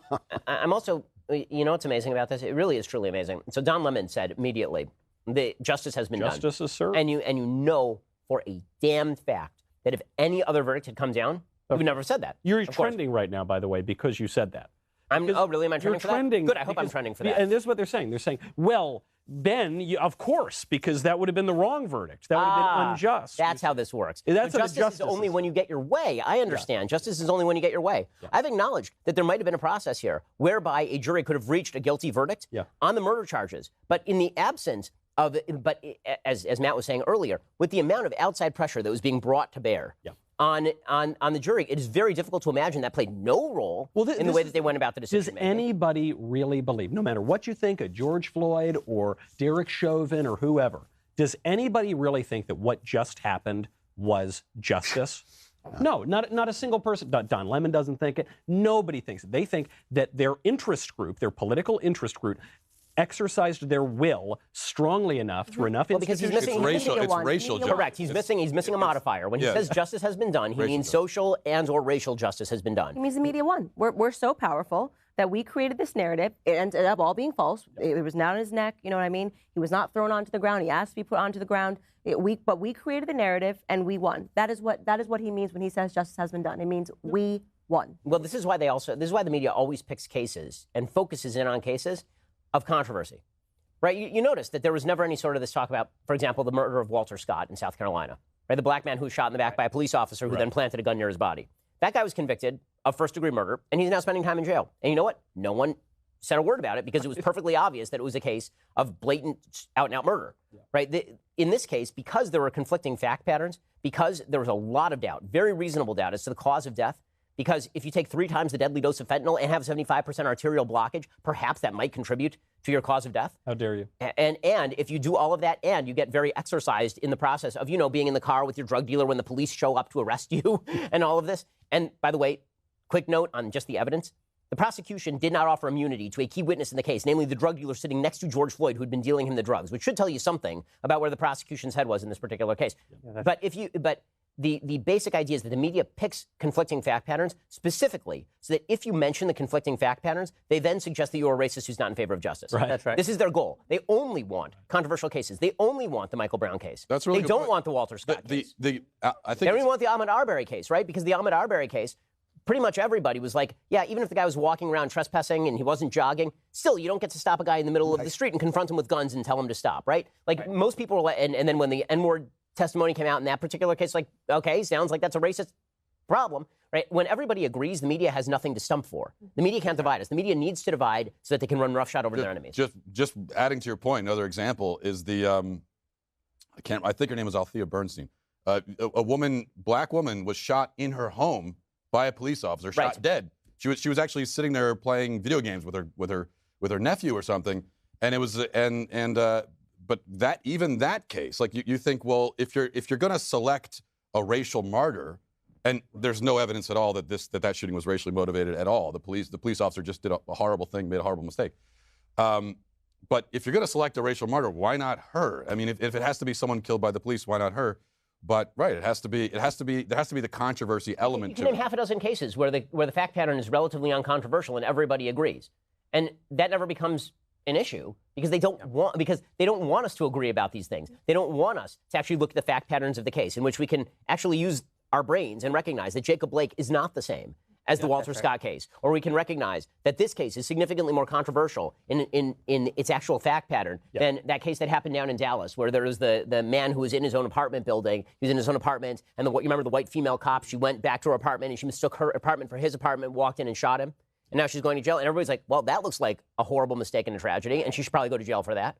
When there's no controversy, they have no way to use it as a leverage point in order to run roughshod over their opponent. So we have a question from one of our Daily Wire subscribers, and it seems like a strange day to in any way self-promote, but I do think, Ben, you made the point earlier, the media cannot be reformed. The establishment media must be razed to the ground, and you need to support with your dollars the replacement media. That's not just us, but it includes us. And hear from one of our subscribers who's done just that. Do you think that the verdict here gives us a good idea of what the Kyle Rittenhouse verdict will be? Candace? Oh, I mean, yes, I think it does. And that's why that was what was really hinging on this case for me, is it going to be mob rule? You know, and right now it looks like in this country that's the way it's going. That the media now has the power to decide who is guilty and who is innocent based on their coverage of a case. And that's exactly what happened here. And I think, yes, sadly, yes. Here's Barack Obama cheering the decision, but adds, but if we're being honest with ourselves, we know that true justice is about much more than a single verdict. There it is. There is the perpetual revolution. You saw some people on MSNBC were parroting almost that exact line. Not that this was injustice because it was the President of the United States putting his thumb on the scales. No, it was injustice because it could never be enough. Well, this is what Jason Johnson said. This is a direct quote from MSNBC's Jason Johnson. I'm not happy. I'm not pleased. I don't have any sense of satisfaction. I don't think this is the system working. This is the justice system trying to say, hey, this is one bad apple. So, I mean, talk about a non-falsifiable thesis. Yep. So if you convict him, all you're trying to do is just throw away the bad apple. But if you don't convict him, it's because America's racist. I mean, this is just pure Kafka trap, right? He was hoping the jury would come down and convict every cop in America of the murder. That's right. Well, because, by the way, this was not about Derek Chauvin, and this was not about George Floyd, and this was not about what happened when a guy's knee was on a neck or the neck area or the back or whatever. This was a referendum on the larger truth about all racial issues in America. That's what it came down to, and that's what the jurors had to rule on. And frankly, when they are considering the threats that they would face, when they are considering the threats to their lives, their families' lives, I don't think they made the right decision. I don't think the evidence was there for the murder charge. But if we were in their shoes, I like to think we'd have the courage to stand up to the mob, but that's a scary thing. I would not have allowed, we were hoping for superhuman courage from this jury, because that's what it would require. Superhuman restraint, number one, to when they're not sequestered, to refrain from watching the news, and then also superhuman courage to say to yourself, I am doing this, like you said, for the sake of the republic, for the sake of justice, and if that means my life is ruined, I'm going to accept that. The idea that 12 people altogether, even just one person would say that, but 12 people altogether would have that kind of courage is hard to believe. I mean, for me, I think I could say right now, I wouldn't be in that boat because I wouldn't have allowed myself to get on the jury. Right. I would have said whatever I had to say to not be on it, because you know, I have to think. Well, I got kids at home. I have a wife. Do I want to put them at risk here? The way that the fact that we even have to make those considerations demonstrates how perverse the system is at this point. That's right. Yeah. I mean, none of that says anything about the individual circumstances for the person who's actually on trial, right? If the story here is about the jury, or if the story here is about the Congress people outside, or if the story here is about the media, or if the story here is about anything except for the person who is on trial, then it ain't due process, right? It's due process in name only at that point, right? He went through the process, and a verdict came down, and you respect the fact that he received legal due process, and there will be appeals, and he will get due process of law that way. But to suggest that the trial was the height of fairness in the midst of an environment where people are literally threatening to burn down the city in which you reside, and businesses are boarding up in preparation. Congressmen are threatening to. Congress people are threatening this. And it's not an idle threat. Last year, they burned down the city. Right. Yeah. Right? Well, and so you're in that same city. You're a resident of that same city. Yeah. And like, I don't know how you would expect this to go any other way, we really. can talk about appeals. I think we're in such a bad place as a country. I can no longer say that I have faith that a jury, especially this jury, was capable of coming to a just conclusion. We're also at a point in this society where I can no longer say with confidence that Derek Chauvin will ever face trial again. I'm not sure that they will allow this guy to ever face, to ever have the opportunity to have this thrown out. He may be walking into his death. I mean, this guy, the most hated man in America, a guy who, again, ubiquitous, that video in the weeks and months following the event, broadly hated, broadly viewed as a murderer by all Americans. I think fair to say when I first saw the video, my own reaction to it was like, yeah, 100%, absolutely terrible.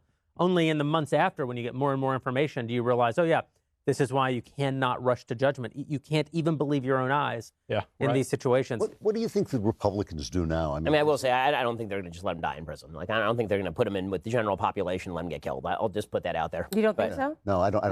I think they recognize. I think he actually has a chance on appeal, depending on who his judge is.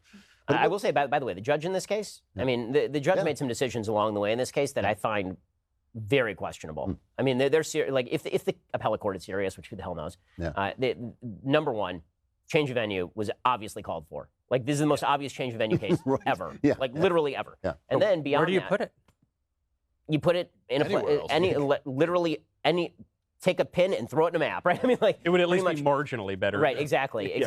There was that. There was the entire first week of testimony is not probative in any way, right? The rule number one in Evidence 101 is that evidence that is presented in court has to have some value as to the truth or falsity of the proposition at issue, right? It has to be probative in some way. Is it proving the case against Chauvin or is it not proving the case against Chauvin? The entire first week of testimony was witnesses to the event talking about how they couldn't sleep, how upset they were, how difficult this was. I mean, that is textbook prejudicial testimony. That is textbook stuff.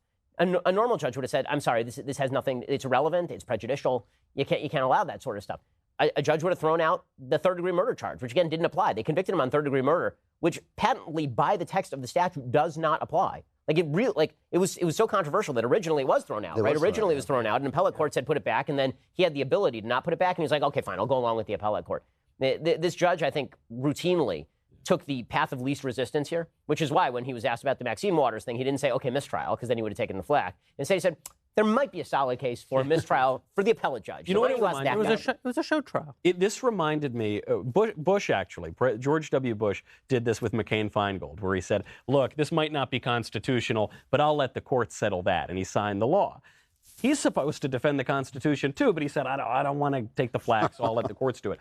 That, to me, is what this judge did. He said, you know, an appeals court might think this is due for a mistrial, but, for me, there's no way they heard what this congressman said, one of the most famous politicians in America. There's no way they're going to hear what the president says tomorrow.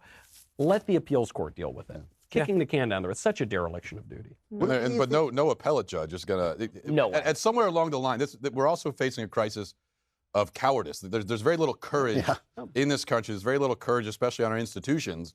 And you need some people with some courage who are willing to do the right thing simply because it's the right thing, even if you stand to gain nothing from it. Yeah. And we don't have leaders like that. We need a national day of no. Well, this is what I want to know. I want to know what the Republicans do now. Where do they stand? Does anybody stand up and say, whether this guy was guilty or not, this has been an absolute abuse. by our governing classes. Does anybody on the right have the? There might be like 3 guys on the right, Republicans that might have the courage to do that. Because I love Ted Cruz, but I had him on the show, and he cannot say that Black Lives Matter is a criminal terrorist organization. He can't get the words out of his mouth. It's Black Lives Matter. Because they're scared. What's that? That's what's happening. They have successfully bullied white people into being fearful of telling the truth about black people, even if it's the truth. And to actually, just don't say it. You can't say it. You can't criticize a black person. Yeah, that was the point of the Black Lives Matter movement. You no longer are allowed to criticize a black person, even when they are deserving of criticism in this country. Well, they did that with Obama. Otherwise, you are accused of being a racist. Yeah. It's that simple. Yeah, the name Black Lives Matter is probably the most brilliant branding decision ever in history. Or at least in modern American history, because this is an organization, a group that has their stated goals, at least for years before they took it down from their website, had almost nothing to do with racial issues. It was a lot of LGBT stuff, trans agenda, trans, destroy, the heteronormative thinking and the nuclear family, and but they just tack Black Lives Matter on there, and even Republicans, even now, it almost amazes me that even the Republicans, even at this point, are still afraid to simply say BLM. What Democrats understand that Republicans really don't is the power of semantic overload. So semantic overload is where you take a term that is capable of being defined in several different ways, and then you throw it out there, and then if somebody attacks how you're using it, you say, no. The definition I meant is the one that's completely uncontroversial. Right. And so Black Lives Matter is the best example of this, because Black Lives Matter actually means 3 distinct things, right? It means the actual concept, which is that black people's lives matter, which is perfectly inarguable, right? Then it means the actual group Black Lives Matter, which is a garbage organization. And then it means the idea that America is systemically racist and all of your neighbors believe that black lives don't matter. Yeah. Right? So 2 of the 3 definitions are really bad. And so when you attack either of those, when you say like Black Lives Matter is a bad group, they go, well, are you saying that black lives don't matter? Right? This is always the game. They're doing the same thing for the For the People Act or the Equality Act. They do this crap all the time. It's Joe Biden this week declaring that illegal aliens are no longer illegal aliens. Now they're just non-citizens. Right? If we just change the terminology, then magically all the problems go away. All the kids who are pooping in bags on the border right now are perfect. They're so much happier now that they're being called non-citizens as opposed to illegal aliens while being kept in their cages. But the point is not for those kids, obviously, just like the point of Black Lives Matter is really not to save black lives, because when you remove cops from high crime areas, more black people die. Because when you remove cops from white areas where there's high crime, more white people die. When you remove cops, more criminals do what they want to do. The point is not that. The point is to use language as a club to wield against your political enemies. The left is phenomenal at this, and the right has no real facility with parsing this stuff and debunking this stuff. Instead, they fall into the trap of either not being specific enough in their language and condemning what it is they're condemning, and thus being hit with the comeback. Someone should write a book about this. I was thinking about that. I might, it would pain me to plug my book, but this is the topic of my book, Speechless, Controlling Words, Controlling Minds, that the left uses language to, if you redefine all the terms, you can redefine reality. We've only noticed this really since the late 80s. I think that's when people got focused on PC and they said, this political correctness is kind of weird. It had been building, of course, for many decades before that. The people who are behind it were explicit about it. This is going back to the 1920s. By the way, really brilliant theorists, really brilliant leftist thinkers who had very evil intentions. But I actually think they understand free speech very well. I think they understand censorship very well. I think they understand politics very well and have been very successful at it. So they do that sort of thing.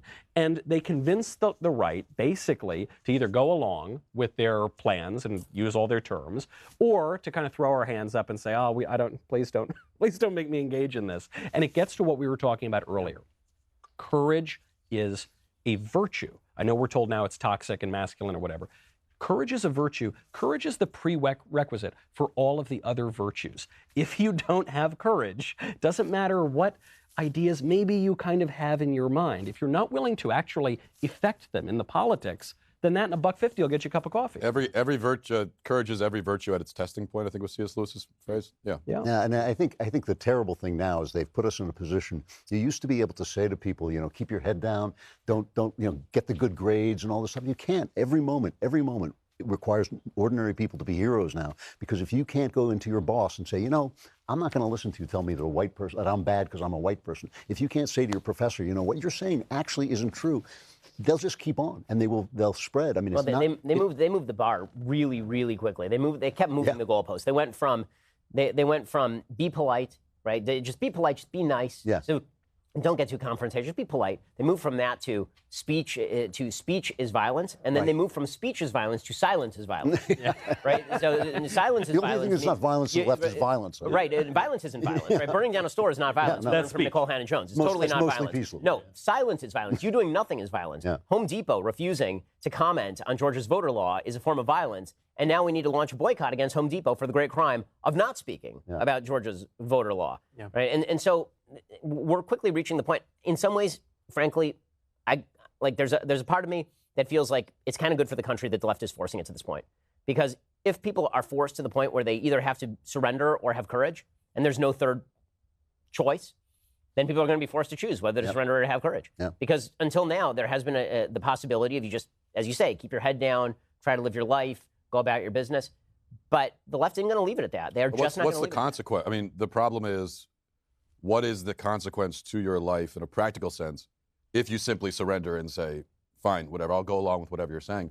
I think for a lot of people, they figure, well, it doesn't really affect my life much. I've given up my soul. I've given up my dignity. I've given up my integrity. But I could give up all those. That's the great thing about living in modern society.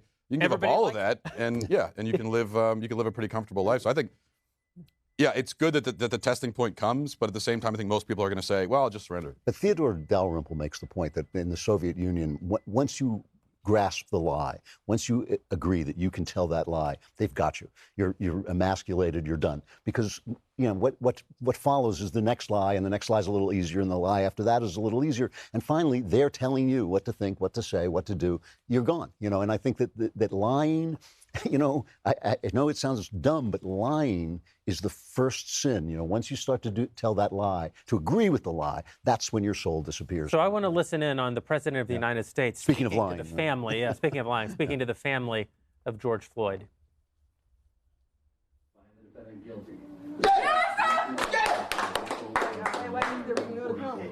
Find the defendant guilty. Come on, man. Come on, one more time. Come on, boy. Feeling better now, and nothing is going to make it all better, but at least God, now there's some justice. Right. And I think a John is coming. My daddy's going to change the world. He's going to start to change it now. That's right. Yes. Amen. Start to change it now. So, you've been incredible. You're an incredible family. I wish I were there, just put my arms around you. I'm standing here with Cedric. We've been talking, we've been watching every second of this, and the Vice President, all of us, and we're all so relieved. Not just one verdict, but all three. Guilty on all three counts. Wow. The president celebrating guilty on all three counts, even celebrating the third-degree murder charge, which and he's relieved. He's relieved. I'll bet he's relieved. So what you just heard there, by the way, is more tasteless, outrageous, offensive, beneath the dignity of the office, et cetera, than anything Trump ever said. Yep. What you just heard, just in that audio right there, is. But of course, we were worried about the tweets from Trump. Many of them I didn't like either. But what you take just Joe Biden's behavior in the last 2 days with respect to this trial, far worse, I think. Man, I don't miss Senator Joe Biden, who was just so against Black Americans and criminality. Senator Joe Biden, the author of the Three Strikes Bill. It's nice that he's relieved now as the president. Don't you miss Vice President Joe Biden? I mean, it's just incredible. Vice President Joe Biden, more Black men locked up under that presidency. I mean, you really have to appreciate how Joe Biden has managed to transform himself as a hero and a concerned individual when it comes to Black people. How he did it. You know how he figured? He licked his index finger, he put it up in the air in the morning, and he figured out which way the wind was blowing. Well, I mean, it's just weekend at Bernie's with him. I mean, they're rolling him around on a gurney, and basically, as long as they can prop him up upright for long enough, then he can be whatever they want him to be. He can be a racial justice warrior, or he can be, a hard on rioters, hard on looters guy. Whatever he has to be that day, because obviously inanimate objects can be whatever you want them to be. Well, at least you can say he's been consistent on the point that he was against the desegregation efforts, and you can almost argue now that he is once again for segregation in America. So I like him on his consistency. Also, he says to George Floyd, they're incredible, great family. He did the same thing with Jacob Blake. He went and said, great, wonderful family. I'm not so sure about that. I mean, if this is a family member with Jacob Blake breaking into a woman's home, raping her, allegedly. George Floyd, the horrible things he did. I don't. The celebration of the men is a problem. The statement that their families are wonderful, maybe they are, but there's a lack of evidence there too, in my mind. What is amazing is the double standard, meaning like if you say, okay, well, I could see theoretically how a jury could reach this verdict, but I think they probably reached the wrong verdict. It's how dare you? How dare you? Justice was done. Well, if the jury had reached the opposite verdict, obviously, then it would have been, no, I disagree with this verdict. Justice has not been done. Yeah, right. Say, okay, well, that's not the way any of this works out. But this is true. This was obviously true before the verdict came down. This was, if you were on Twitter, that people were just screaming, how could you possibly want any other verdict? I mean, this is the way the media were covering it. They were covering every single day as though the prosecution was nailing down. They covered the trial like that, right? And the defense had nothing going for it. I mean, one of the prosecution witnesses was a doctor who literally claimed that he could perform medical alchemy. He could sit there and he could watch a tape of a person dying and determine cause of death by watching a third-party video of a person's breath and measuring their oxygen intake by watching how they breathe. I mean, I've never heard of anything remotely like that. It's an incredible feat of medical legerdemain to be able to do that. I mean, I asked my wife if she'd ever heard of anything like that because she is, in fact, a doctor. And she was like, I mean, maybe, but I've never heard anything remotely like that. I'd never seen anything like that. I asked one of the trial watchers if they'd ever seen anything like that on the stand. Because what this person argued is you could just see. You could see when he died. You could see everything happening in real time. You could see and you could see, based on that it was not a drug overdose and not a heart problem. Right. That's an incredible skill set. Yeah. I mean, unbelievable. He never had access to the body. He never did the medical autopsy. The autopsy guy said precisely the opposite. The medical examiner said precisely the opposite. But you had a guy who watched it tape, and so but the media treated this guy's testimony was bulletproof. Again, they were aiming for a verdict. They got the verdict. So to them, I suppose, congratulations is in order. No. You can't congratulate them because, as AOC says, this is not justice. Because justice is George Floyd going home tonight to be with his family. That would be kind of messy. He didn't have any family that was in his life, but I guess, yeah, sure, justice would. But that does say something, right? They literally want the impossible, right? They want the impossible. Justice is when the impossible becomes the possible. Yeah. Isn't that a brilliant dream? It's just such a beautiful dream. When the impossible becomes the possible, then justice will have been done, which means revolution until the end of time, obviously. Yeah, that's right. Says Mayor Jacob Fry, George Floyd came to Minneapolis to better his life, but ultimately his life will have bettered our city. The jury joined in a shared conviction that has animated Minneapolis for the last 11 months. They refused to look away and affirmed he should still be here today. I have a question. How does fentanyl better your life? Yeah. Quick, anybody. Passing counterfeit bills. How's that better your life? How does it better your life? Or break into a woman's house and rob her. Forget that part. How has he bettered the city of Minneapolis? Yeah. The rate of murder in Minneapolis is up 30% over the course of the last year. He didn't better any of those people's lives. Those people are dead. They're just as dead as Floyd is. Half the city's in rubble. It's just despicable. I mean, it's actually disgusting. Like I cannot. It bothers me so much. It's just very disgusting. They're making the world better one destroyed police force and increased murder rate at a time. We're choosing to live in fiction. This is just fiction, right? Yep. We're now living in fiction. I asked on my show, can you name a thing that's gotten better in the United States on the racial front since BLM? Just one. Yeah. I'm not asking for 10. One would be great, but it doesn't exist. Critical race theory, they'd say, right? Yeah, and more white people are aware of their issues. I think that you just made a point, Ben. I think it's an important one, which is that the left is creating what the preferred outcome can be, and that's the only outcome they'll allow, and they only serve facts that support that outcome. You've seen it all throughout COVID, too, right? There's a reason that people who are fully vaccinated still wear masks outside in the sun alone. And it's because when you use the entire power, the entire apparatus of all of our institutions, of the government, of the media, to promulgate a lie, it is almost impossible not to believe it. Yeah, that's right. And that's what we're seeing. And Candace, no one is being given this lie more than Black Americans. They're lied to 100% of the time. What do we do about it? I mean, unfortunately, it's going to have to be, like you said earlier, it's going to have to be individual decisions. You have the discussions. It's going to take courage, to your credit. People have to just start telling the truth, have to start acknowledging that this is degeneracy, right? To stop pretending that we're not honoring degeneracy. That is the new threshold to become celebrated as a Black American in this country. You have to be a degenerate. That's the truth. If you're a degenerate, you could be honored. If you're not a degenerate and you call out the truth and you do things that are honorable, it's the exact opposite I can't think of a black person that is celebrated in Black America that does not partake in some form of like, it does not back degenerate causes. You know what I'm saying? Like even LeBron James, incredible athlete. He should be honored for his athletic ability, all of these things. He gets and he says, black people can't even walk down the street. You know, can't even walk down the street. We can't even walk down the street without having to face white people. We're being hunted down by white people. He lives in a $100 million mansion in Bel Air. If that is what he is saying as someone that has made it in this country and can afford to live in a $100 million mansion in Bel Air constructed for him, what are the rest of black Americans going to think when that message is being sent down the pipeline? The only way it's ever going to be fixed is if there is a radical shift, not radical, I should say actually the exact opposite. If there is a major shift in the education institutions. That's my personal opinion. Do you see the brilliance of it? Because 6 hours a day, they have your kid. Do you get what I'm saying? 6 hours a day. It doesn't matter what, you could be the best parent in the entire world. Do you know how hard it is to fight against 6 hours a day of programming that is happening while you're at work? But this is the brilliance of it, right? That the solution actually perpetuates the problem. Right. So with the masks, everyone's wearing the masks. Half of the country has vaccines, but we still have to triple and quadruple mask, don't we?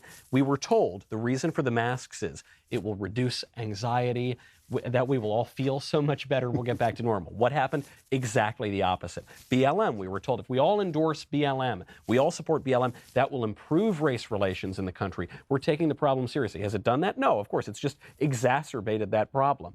What we are being told is the solution is the problem here, folks. And the same could be said of education. We just need more education. The more education students seem to get, the more they hate their country and the less they know. There was a study came out from ISI. This was now a while ago. This was about 14 years ago. Can you imagine how bad it is now? It was of elite universities, the graduating seniors, incoming freshmen. It was just a survey of civics, history, and government knowledge. The graduating seniors knew less than the incoming freshmen. They got more ignorant as they went. Right. No, and that's the truth. That is the real pandemic in America. It's ignorance. Like that is the true pandemic. It's ignorance. It's ignorance, and then coupled with the fact that the people that are not ignorant are cowards. Yeah. Right. And the fact that children have not been allowed to go back to schools, which I think affects probably minority and poor children worse than anything, is such a sin and such a crime. It's part of this ultimate failure, this incredible policy failure. The New York Times ran a piece saying to discuss the fact that these children will never catch up is to stigmatize them. And I thought, no, it's to stigmatize you. You did this, you know. They're like, but they're making the world better. Our elites own no mirrors. We have elites without mirrors. They never look at themselves and but say, the AFT, the NEA, they're making the world better. Minneapolis got so much better since what happened. It's gotten so much better. It got better this week. Minneapolis public schools let out the rest of the week. This is an updated form of slavery. Like this is an updated form of slavery, and this is the argument that I made in my first book that I wasn't being funny when I called it a Democrat plantation. I wasn't trying to be controversial when I called it a plantation. When you examine what the Democrats did under slavery, when it existed in America and people were being chained, there was a reason why the slave codes did not allow Black Americans to learn to read. Right? The whole concept of education is that true education, real education, is that it frees your mind. So they're now realizing you have to keep this population ignorant. If we want to enslave them, we have to keep them completely ignorant. If you want them not to be able to read, you have to send them to the public school. And that's literally, that's exactly right. If you want them to never learn how to read, to never learn any hard academics, right? These kids are not coming out. They can't do math. They're nothing about the sciences, right? But they can tell you about white privilege, right? They can tell you about how many genders. They're getting degrees in something that you should learn in first grade. 2 genders, that's it, right? It's something kindergarten. Bathroom for a girl, bathroom for a boy. They're polluting all of this because the goal is to turn these people into slaves, and they're doing it successfully, by the way. They're already turning them into economic slaves. They always say to us, whenever Republicans say, gee, Democrats were the slavers, Democrats started the Ku Klux Klan, Democrats started Jim Crow. They always say, yes, but then everything changed, and now it's conservatives. But really, now Democrats have brought back segregation. They've stopped education.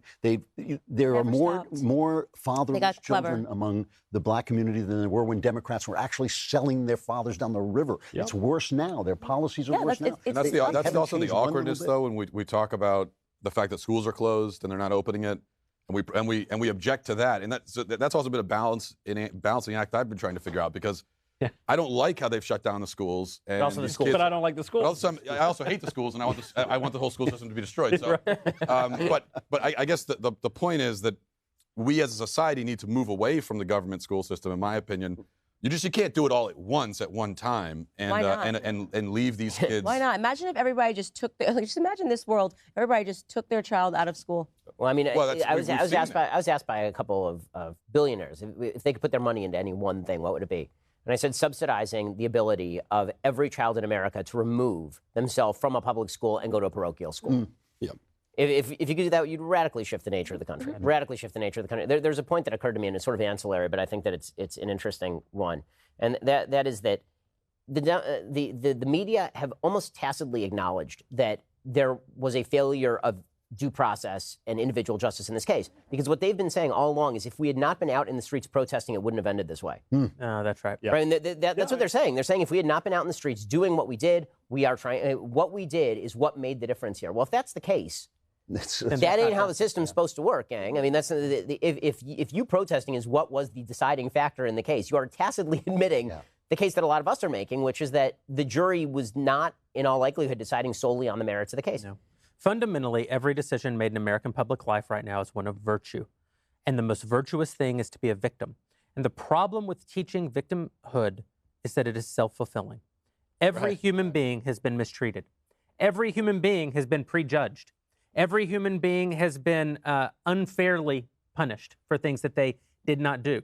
Every human being has been punished fairly for what they did, which often feels like an injustice too, when you see that other people aren't being punished for the things that they do. That is life. At the same time, every human being has victimized someone. Every human being has prejudged someone. Every human being has punished someone for something that they didn't do. Every human being has gotten away with something for which they should be punished. That's also humanity. But the victim mentality tells you that if you rank in the victim hierarchy, instead of seeing yourself and your experiences as consistent with the experience of every other human in the fallen world, yours are unique. They're the result of forces that are arrayed against you. So you've been victimized, therefore. You've been prejudged, therefore. You've been punished unfairly, therefore. You've gotten away with something, therefore. All of that self-reinforces. And this is what the problem fundamentally with the religion of the left is that it is descriptive of the realities of the human experience. What they tell you will happen, happens. The only thing they're lying about is the cause. And for that reason, the fact that our entire society today is dedicated to promulgating the lie that everyone except essentially conservatives, essentially men, essentially white conservative men, essentially white Christian conservative men, when it gets narrower and narrower, the group of people who are only exclusively victimizers, who've never experienced any kind of oppression themselves, who've never experienced any kind of hardship themselves, but have only wrought hardships upon others. They've opened up who is a victim to such a degree that people opt into victimhood. Yes. Why wouldn't you? They opt into victimhood. Yeah, and they're training people to believe, especially Black Americans, that every bad experience that you have is because of racism, right? And so this is a perfect conversation, perfect example of that in a conversation my husband had with a friend of his who is, he's a liberal, but like he's not a leftist, I wouldn't say. And he wanted to talk to him about, the race issues and kind of some of the things that I've said. And he said, I have to say to you, he's half Black, half white. He said, I have to say to you, George, that I have had experiences, as a Black person. And George said, well, give me an example. And he said, has it ever, I was standing outside and somebody just handed me their keys and assumed I was the valet. And George said, do you know that's happened to me before too? Yeah. As a white man. Like they don't understand that these things, I have been in a store before and saw a white girl and said, could you get me this size? I just thought she worked at the store. It had nothing to do with the race. I just happened to be at a time where, for whatever reason, maybe it was the way she was standing, hovering, I thought she worked at the store. But now you have Black Americans that are being taught that every time something like that happens to them, it's because you're Black. Right. It's because you're Black that person thought you were the valet. It's because you're Black that person cut you off at the light. All of these mundane experiences, humane experiences that we all go through, are now being massaged by the institutions and saying, well, that's exclusively happening because of race. Well, they're being perceived only according to that lens. And I think you're totally right, Jeremy. I think this is all about virtue. And what you are seeing is a perfect inversion of the virtues, the traditional virtues, also known as the actual virtues. The left is faithless, openly fatalistic, deeply uncharitable toward everybody, but even think of humility. I mean, we now celebrate pride. And I'm not just talking about some guys wearing weird costumes on Coney Island. Pride has become a leftist virtue as opposed to the true virtue of humility. Patience is a virtue, but we're now told to be patient is to permit injustice to go on. We now need to be reckless and impatient all the time. Temperance, whatever happened to temperance? All of the virtues, you could name any of them, the left has totally inverted, and there is an established state church of leftism, I think no question about it. Some of this goes back to, you saw some of this with the talk about the bullying epidemic in schools. Yeah. And I used to get in a lot of trouble when I would make this point about the bullying epidemic, which is, first of all, to your point, everyone's a victim and a victimizer. So when you talk about the bullying epidemic, it never made a lot of sense because it makes it sound like there's this group of bullies and they're the epidemic and then there's the bullied kid. Well, no, every kid bullies and every kid has also been bullied. So rather than focusing all of our energy on trying to stop the bad bullies from being so evil, maybe we should teach kids how to cope with these universal human experiences. A lot of that goes down to virtue. Have some courage to stand up for yourself. Have some patience. You know, all these things. But we can't look at it through that lens because, of course, that's victim. Then we call that victim blaming, and we're not allowed to do that. No, this is a point that I was speaking with Jordan Peterson about this recently, and Jordan we were talking about the fact that Ta-Nehisi Coates had essentially modeled Red Skull in the new Captain America comic on Jordan. I mean, very clearly so. So first of all, put aside the absurdity of Ta-Nehisi Coates, who literally wrote in his memoir about sitting on the top of an apartment building smoking weed while watching 9/11 and feeling nothing because he had so much hatred for the racial state of the United States, writing the Captain America comic. Put aside the bizarro nature of that. Yeah, now he's writing Superman, by the way. Right, yeah, no, it's phenomenal. The fact that he is doing all that, and that Jordan was the target, we were sort of puzzling this over because Jordan isn't explicitly political. Jordan's main message is basically get your bleep together, right? If you had to sum it up in one sentence, that would be it, right? Make your own room. Take more responsibility on yourself. Cook your own lobsters. Right, exactly. This is his whole shtick, right? And so we were discussing, why is that such a villain? How is that a Red Skull thing? How does that make you into literally Hitler, right? Red Skull is worse than Hitler. He's a breakaway from Hitler, right? He's Hitler's Hitler. And what he came to is that there are forces in our society that do see it as evil to actively promulgate the idea that you are in control of your own life. Because if you promulgate the idea that you're in control of your own life, then what you're actually saying is that you're complacent about the systems that are the active powers in your own life. And you are taking away the impetus from the left and from the utopians in remaking those systems. You're saying you should really work on yourself first. You should really do all the things in yourself first and stop worrying so much about the systems. Then later we can work together to try and change those systems. But that's evil. That's you being a collaborator in systems of evil because you're telling people to focus in on the things that actually bring them success within a system that needs to be torn down. Yeah, to Michael's point, Ibram Kendi actually came out and said salvation theology is evil because once you have a set of values and there are people who don't fulfill those values and they are excluded. You know, like people who, I don't know, hold pregnant women at gunpoint while they ransack their house, they suddenly are looked down upon for some reason. And I think that actually is when you have values. I mean, look, these are not the first people. These points were being made in the 18th century. These are not the first people to say, once you have morals, some people are going to be blamed, and maybe just getting rid of the morals will solve the problem. Yeah. We have to say goodbye to Candace. She is off to do a hit on Tucker Carlson. Bye-bye. So if you want more wonderful Candace insights, unfortunately you can't get them here. Head on over to Fox News, where Candace will be at the top of the hour with Tucker. Candace, thanks for hanging out with us. Thanks, guys. Good to see you. We're still waiting remarks from the president and apparently the vice president. This is another thing about the Joe Biden presidency that's so unique and so strange to me, is that he can never just appear as president. It is this co-presidency. So we're awaiting remarks from the president and the vice president. Like, you remember I've never seen anything like it. That's unbelievable. I mean, they're actively transitioning her into the presidency while he's alive. It's an amazing thing. Right? Can you imagine? I mean, put aside Trump and Pence, because that's a relationship all of its own. But can you imagine even Barack Obama doing this with Joe Biden? Well, he wouldn't deign to be in a room with Joe Biden for something like this. Are you kidding me? Did you see what happened just over the last couple of days? Joe Biden accidentally, they let him talk to a reporter, and even underneath the mask, so you could barely hear it, but you heard he says, "What was that?" You zoom in. He refers to the border crisis. Right. The White House has assiduously avoided using the term crisis. So a reporter asks Jen Psaki in the briefing room, "Hey, the big guy's calling it a crisis now." She says, "No. it is not the position of the White House that this is a crisis. Wow. And you know what? She's right. Yeah. Because Joe Biden ain't running that White House. By the way, we you all asked the know wrong person. It's a waste. Honestly, it's a waste of time to wait for Biden and wait for Harris because we already know what they're going to say. Right. What they're going to say is that justice was done today, but it's only the first step on our road toward great restorative justice, and the ills of the country can never be healed by this. This won't bring George Floyd back, but this is a step in the right direction. And now what we need is comprehensive police reform and equity in all of our institutions. Done. It just saved you an hour. Yeah. You did that. I would It's a put little, money. little too clear. You spoke that a little too clearly, I think. Yeah. You didn't have enough weird cackles in there for the Kamala part, or sort of spacey digressions for Joe. So what happens? These guys are taking the fun out of human corruption. I used to find human corruption hilarious, but now it's just too much. When they of it. start winning, These guys, that's the part where it moves from comedy to It's tragedy. like an overdose. Too much of a good thing. The beauty about believing in actual original sin is that in some ways they're always winning. Yes. Like I've been thinking a lot about the collapse of Christian America. And I think, well, Christian America in some ways has it coming. I'm with you 100%. Because Christian America has made an idol of America. Yeah, you know, Christian America has taken the greatest gift that God has ever given to man, the greatest secular gift that God has ever given to man, I should say, and the greatest accomplishment by man's hand in the history of man. And they've turned that into their golden calf. Like, we've made the best golden calf that has ever been made, and that is true.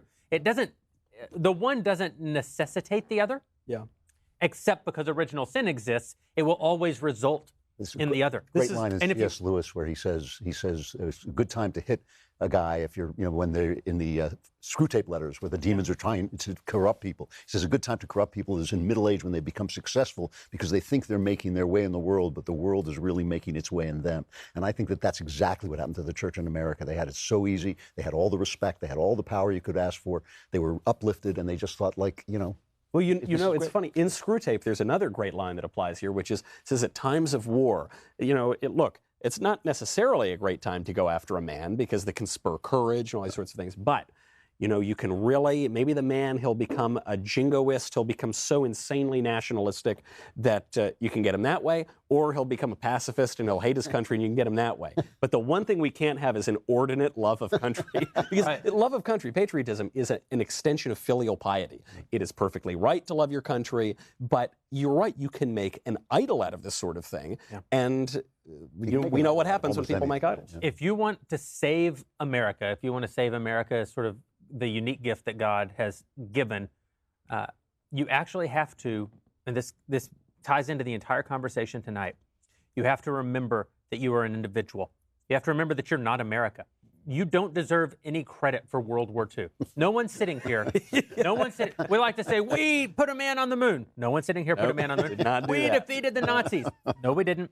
We defeated the Japanese. No, we didn't. All the people who did, almost all the people who did are dead. Yeah. Those individuals showed great courage. Now, it's not wrong of us to have pride in the accomplishments of our fathers. Gratitude, perhaps. Gratitude for the accomplishments of our fathers. It is wrong for us to assume credit for the victories of our fathers. We have not earned those victories. We've not earned that credit. If you want, America as we've traditionally understood it, if you want Christianity in this country or religion in this country as we have historically, religious freedom in this country as we have historically understood it, you have to be as great as all the people who actually earned those things. Their achievements are actually an accusation. They're an actual call to responsibility. That's the right. fact that our fathers did that means that we have to at the very least, tell HR that, no, I'm not going to curse whiteness.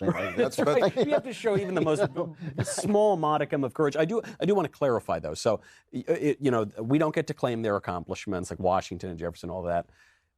Does it make us great if we just rip down all their statues? Yeah, that's a good. That's it. Okay, good. Part of the problem for the church is that our threats that we face are all or mostly spiritual. We don't have those physical outward threats that force you to make that choice. Like even Christians still today face some of the worst persecution in 2,000 years of church history in other parts of the world, where there are so many cases you could point to, but there's one case a few years ago in Egypt. The Christians were on a bus on the way to a monastery in the desert to pray, and some jihadists stopped them, pulled them off the bus, and asked each one of them individually, "Are you a Christian?" And if they said yes, they were shot and killed. And that's one of those moments where it's like, this really is the time to choose. Am I going to be a Christian or not? And And we don't really, we don't have situations like that. So we can kind of float our way through the culture without ever facing that external threat where we have to make that choice. But this is a place where conservatives really need to start doing something that is very counter-conservative, which is we really need to unifying collectively. Because there is a certain sort of solidity in numbers. We're very individualistic. We've talked a lot about individualism tonight and the value of seeing yourself as an individual as opposed to a member of a tribe of mutable characteristics.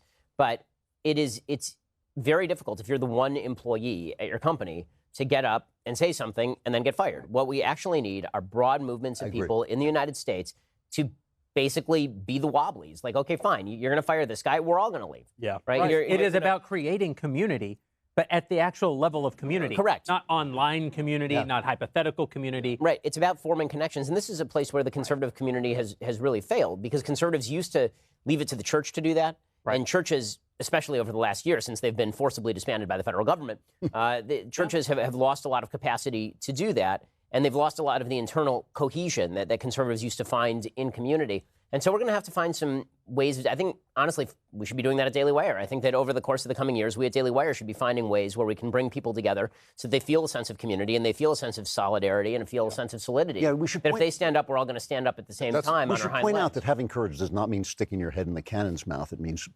strategizing and gathering together. Prudence is a virtue too. That's one thing. Prudence. Exactly. I think we probably all get this all the time. But when you go out to speak or something and you meet people who are followers of the Daily Wire, one thing I often hear is, "Oh, well, I like listening to you because I'm just, it lets me know that I'm not alone." And I feel like I'm alone, and you hear this especially on college campuses all the time. And it's crazy because we hear that so often. It's like, of course we're not alone. There are millions of us out there, but somehow we can all still feel like we're the only. But do you know what conservatives do? And it drives me crazy. And you hear it attacked on all sides, which is that fusionism was really awful because of, Buckley wasn't strong enough or Reagan wasn't strong enough or this or that. There are all these different kinds of conservative, right? There's the traditional conservatives, there's the libertarians, there's the neocons, there's the populists, there's the this, there's the that. You could go into a room of 100 conservatives, they could all agree on 90% of things, and they'd find the 10% and all fight each other all day, and they won't unite. Well, guess what, folks?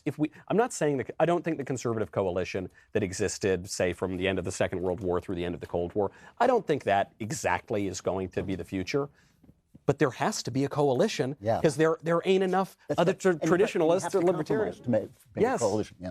And I think that, but there is something to, I think even the notion of physical togetherness. I think that what you saw over the last year for the left that was so transformational is that, and greenlit by our corrupt media and our corrupt public health establishment, who said that in the middle of the pandemic it was totally fine to congregate so long as you weren't mentioning Jesus. Really, I mean that's really what it was. You could mention racial justice, but if you mention God, back home with you. Then the giant. I mean, there are 20 million people in the streets. 20 million people in the streets. It was the single largest protest movement in American history, and it wasn't just rioters, right? I mean, there were riots, and that's what we pay attention to on the right. But there was this huge movement of people who are out there feeling solidarity with each other. The left has found its solidarity. They found, when we say that politics is a religion to the left, I don't just mean that they see politics in a religious way. I mean they find a religious community, which is really how most people interact with religion. They find a religious community in politics. And so for them, Twitter is a church group. For them, when they go to a political event, it is the equivalent of me going to synagogue on a Saturday and reading from the Bible. And for conservatives, we don't have that because, again, we used to think that church was the place you go to get that. But we're going to need to start figuring out some ersatz way of coming together here, or it's going to collapse really, really quickly. The people in the street, they also knew what they were there for. Like they have a very simple concept of anti-racism. We're fighting racism. Most of their ideas about that are false, of course, but that's what they're there for. The problem for conservatives that we always talk about is we don't really even agree on what we're fighting for. So they're in the street saying, we're going to take down racism. What are we in this? What's on our banner? What even are we saying? Well, this is the issue. I think we put 100 of us in a room, you're going to get like 90 different answers to what should be on the banner, and that's a big problem. We always talk about free speech in the abstract. I like free speech in the abstract. We talk about freedom of religion in the abstract. I like freedom of religion in the abstract. Those things don't really matter if you don't have something to say, if you don't have something that you believe. You've actually got to fill it in. We like the abstract stuff, but there is a real practical tradition here we've got to deal with. And so we got to figure out, what do we want to say? What do we want to believe in? I'm not saying it has to be strictly religious. The funny thing is, I don't disagree with you guys, But I actually don't think that what we lack is a rallying cry, because conservatives. We're content to be reactionary and just rally against whatever the left is doing today. What we actually lack is community, and it's why the last year has been so. There's no infrastructure. And one of the reasons the last year has been so devastating is because when you work for some massive corporation that hasn't been able to bring its employees back, or hasn't had the courage to bring its employees back for the last year, and you're taking some sort of anti-racist HR lecture on how whiteness comes inherently with guilt, or whiteness comes inherently with oppression, and you're taking it over Zoom. You can't even glance around the room to see who else is looking at their shoes. Yeah. You have no ability Right. to seek out anyone who agrees with you in real time in that situation. You are truly alone, and truly alone, most people lack courage. The left has taken away all the collective space. So many conservatives are saying that the solution is going to have to be more localism. You know, the Benedictine option and the whole idea that we're going to have to retire into our communities. I don't think that would work any more than it was going to work for Switzerland during World War II. Ultimately, you do that, you're alone, and you're surrounded, and you're going to lose. You know, I think that we really do have to have a movement, and you're right too. It's got to be a coalition movement, because we are very different. We are individuals. We do believe in letting each. You know, this is the thing. We don't believe in shutting each other down. We don't believe in telling each other to shut up. We believe in actually talking about stuff. This is why what the left has done over the course of the last 20 years is one of the honestly, it's one of the great political maneuvers in human history. Oh yeah, they've taken over every institution in American life. Every single one. They're the resistance. Without question. They're the resistance. They're the powerful, but they're also the resistance. It's an incredible thing. And the fact that they've been able to take over every... Sorry, Ben, I'm going to interrupt you. We have the co-presidents, Joe Biden and Kamala Harris. In fact, Kamala Harris coming to the microphone first. Let's hear from the White House. First, I want to thank the jury for their service. And I want to thank Mr. Floyd's family for your steadfastness. Today, we feel a sigh of relief. Still, it cannot take away the pain. A measure of justice isn't the same as equal justice. This verdict brings us a step closer, and the fact is, we still have work to do.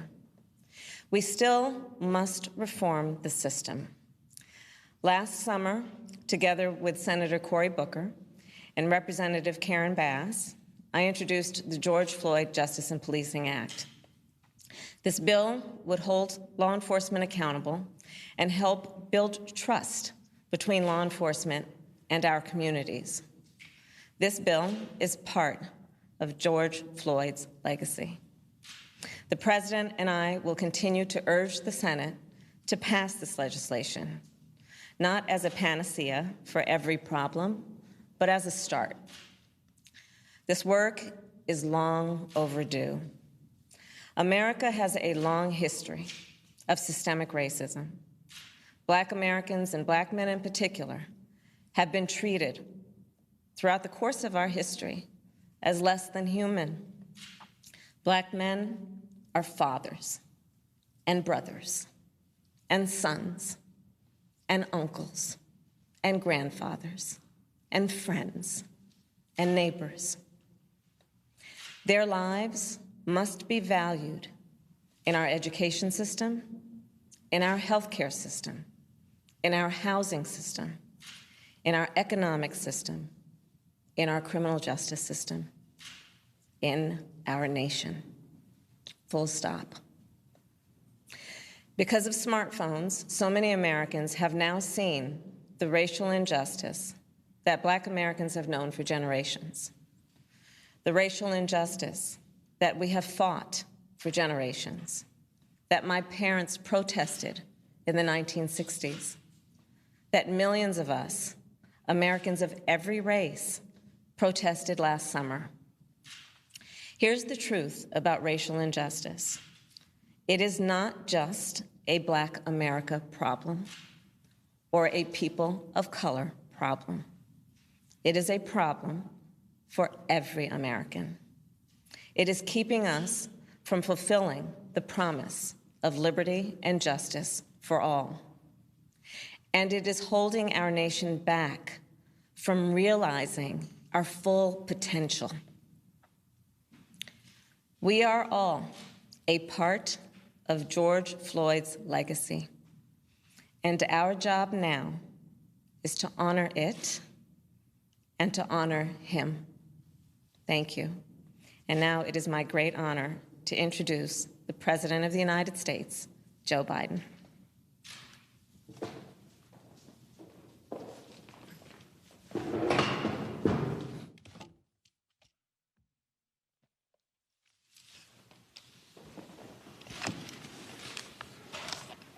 Today, a jury in Minnesota found former Minneapolis police officer Derek Chauvin guilty on all counts in the murder of George Floyd last May. It was a murder in the full light of day, and it ripped the blinders off for the whole world to see. The systemic racism the Vice President just referred to. The systemic racism is a stain on our nation's soul. The knee on the neck of justice for Black Americans. Profound fear and trauma. The pain, the exhaustion that Black and brown Americans experience every single day. The murder of George Floyd launched a summer of protest we hadn't seen since the civil rights era in the 60s. Protests that unified people of every race and generation in peace and with purpose to say enough, enough, enough of this senseless killings. Today's verdict is a step forward. I just spoke with the governor of Minnesota, who thanked me for the close work with his team. I also spoke with George Floyd's family again. Remarkable family of extraordinary courage. Nothing can ever bring their brother, their father back. But this can be a giant step forward in the march toward justice in America. Let's also be clear that such a verdict is also much too rare. For so many people, it seems like it took a unique and extraordinary convergence of factors. A brave young woman with a smartphone camera, a crowd that was traumatized witnesses, a murder that lasts almost 10 minutes in broad daylight for ultimately the whole world to see. Officers standing up and testifying against a fellow officer instead of just closing ranks, which should be commended. A jury who heard the evidence, carried out their civic duty in the midst of an extraordinary moment, under extraordinary pressure. For so many, it feels like it took all of that for the judicial system to deliver a just basic accountability. We saw how traumatic and exhausting just watching the trial was for so many people. Think about it, those of you who are listening. Think about how traumatic it was for you. You weren't there. You didn't know any of the people. But it was difficult, especially for the witnesses who had to relive that day. It's a trauma. On top of the fear so many people of color live with every day when they go to sleep at night and pray for the safety of themselves and their loved ones. Again, as we saw in this trial from the fellow police officers who testified, most men and women who wear the badge serve their communities honorably. But those few who fail to meet that standard must be held accountable, and they were today. One was. No one should be above the law. And today's verdict sends that message. But it's not enough. We can't stop here. In order to deliver real change and reform, we can and we must do more to reduce the likelihood that tragedies like this will ever happen and occur again. To ensure that Black and brown people, or anyone, so they don't fear the interactions with law enforcement, that they don't have to wake up knowing that they can lose their very life in the course of just living their life. They don't have to worry about whether their sons or daughters will come home after a grocery store run, or just walking down the street, or driving their car, or playing in the park, or just sleeping at home. And this takes acknowledging and confronting head-on systemic racism and the racial disparities that exist in policing and in our criminal justice system more broadly. You know, state and local government and law enforcement needs to step up, but so does the federal government.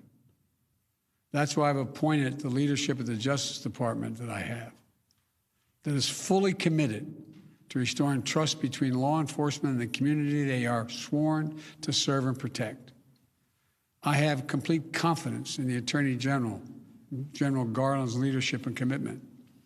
I've also nominated two key Justice Department nominees, Vanita Gupta and Kristen Clark, who are eminently qualified, highly respected lawyers who have spent their entire careers fighting to advance racial equity and justice. Vanita and Kristen have the experience and the skill necessary to advance our administration's priorities to root out unconstitutional policing and reform our criminal justice system, and they deserve to be confirmed. We also need Congress to act. George Floyd was murdered almost a year ago. There's meaningful police reform legislation in his name. You just heard the Vice President speak of it. She helped write it. Legislation to tackle systemic misconduct in police departments, to restore trust between law enforcement and the people they're entrusted to serve and protect. But it shouldn't take a whole year to get this done. In my conversations with the Floyd family, I spoke with them again today, I assure them we're going to continue to fight for the passage of the George Floyd Justice and Policing Act so I can sign it into law as quickly as possible. There's more to do. Finally, it's the work we do every day to change hearts and minds as well as laws and policies. That's the work we have to do. Only then will full justice and full equality be delivered to all Americans. And that's what I just discussed with the Floyd family. The guilty verdict does not bring back George. But through the family's pain, they're finding purpose. So George's legacy will not be just about his death, but about what we must do in his memory. I also spoke to Gianna, George's young daughter, again. When I met her last year, I've said this before, at George's funeral, I told her how brave I thought she was. And I sort of knelt down to hold her hand. I said, Daddy's looking down on you. He's so proud. She said to me then, I'll never forget it, Daddy changed the world. I told her this afternoon, Daddy did change the world. Let that be his legacy, a legacy of peace, not violence, of justice. Peaceful expression of that legacy are inevitable and appropriate, but violent protest is not. And there are those who will seek to exploit the raw emotions of the moment, agitators and extremists who have no interest in social justice, who seek to carry out violence, destroy property, fan the flames of hate and division, who will do everything in their power to stop this country's march toward racial justice. We can't let them succeed. This is a time for this country to come together, to unite as Americans. There can never be any safe harbor for hate in America. I've said it many times. The battle for soul of this nation has been a constant push and pull for more than 240 years. A tug of war between the American ideal that we're all created equal and the harsh reality that racism has long torn us apart. At our best, the American ideal wins out. So we can't leave this moment or look away thinking our work is done. We have to look at it, we have to look as we did for those 9 minutes and 29 seconds. We have to listen I can't breathe. I can't breathe. Those are George Floyd's last words. We can't let those words die with him. We have to keep hearing those words. We must not turn away. We can't turn away. We have a chance to begin to change the trajectory in this country. It's my hope and prayer that we live up to the legacy. May God bless you, but may God bless George Floyd and his family. Thank you for taking the time to be here. This can be a moment of significant change. Thank you.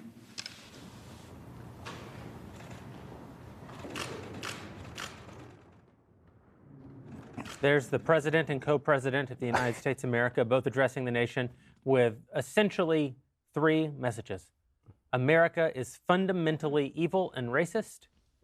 We should all come together and agree with the co-presidency, and we must transfer even more power into the federal government. That was disgusting. That was a disgusting speech. It was so dishonest. It was so thick with lies. To talk about this country as if as if like Rod Steiger were running police departments from in the heat of the night, that you couldn't get a conviction against a dishonest cop. We get them all the time. This is not the 1930s. It's not the 1940s. Police departments have been revolutionized in the last 20, 30 years. They look like the neighborhoods they police. They are completely integrated. Every city in America has changed in terms of policing. This was not a, let's just say for a minute that the verdict was correct.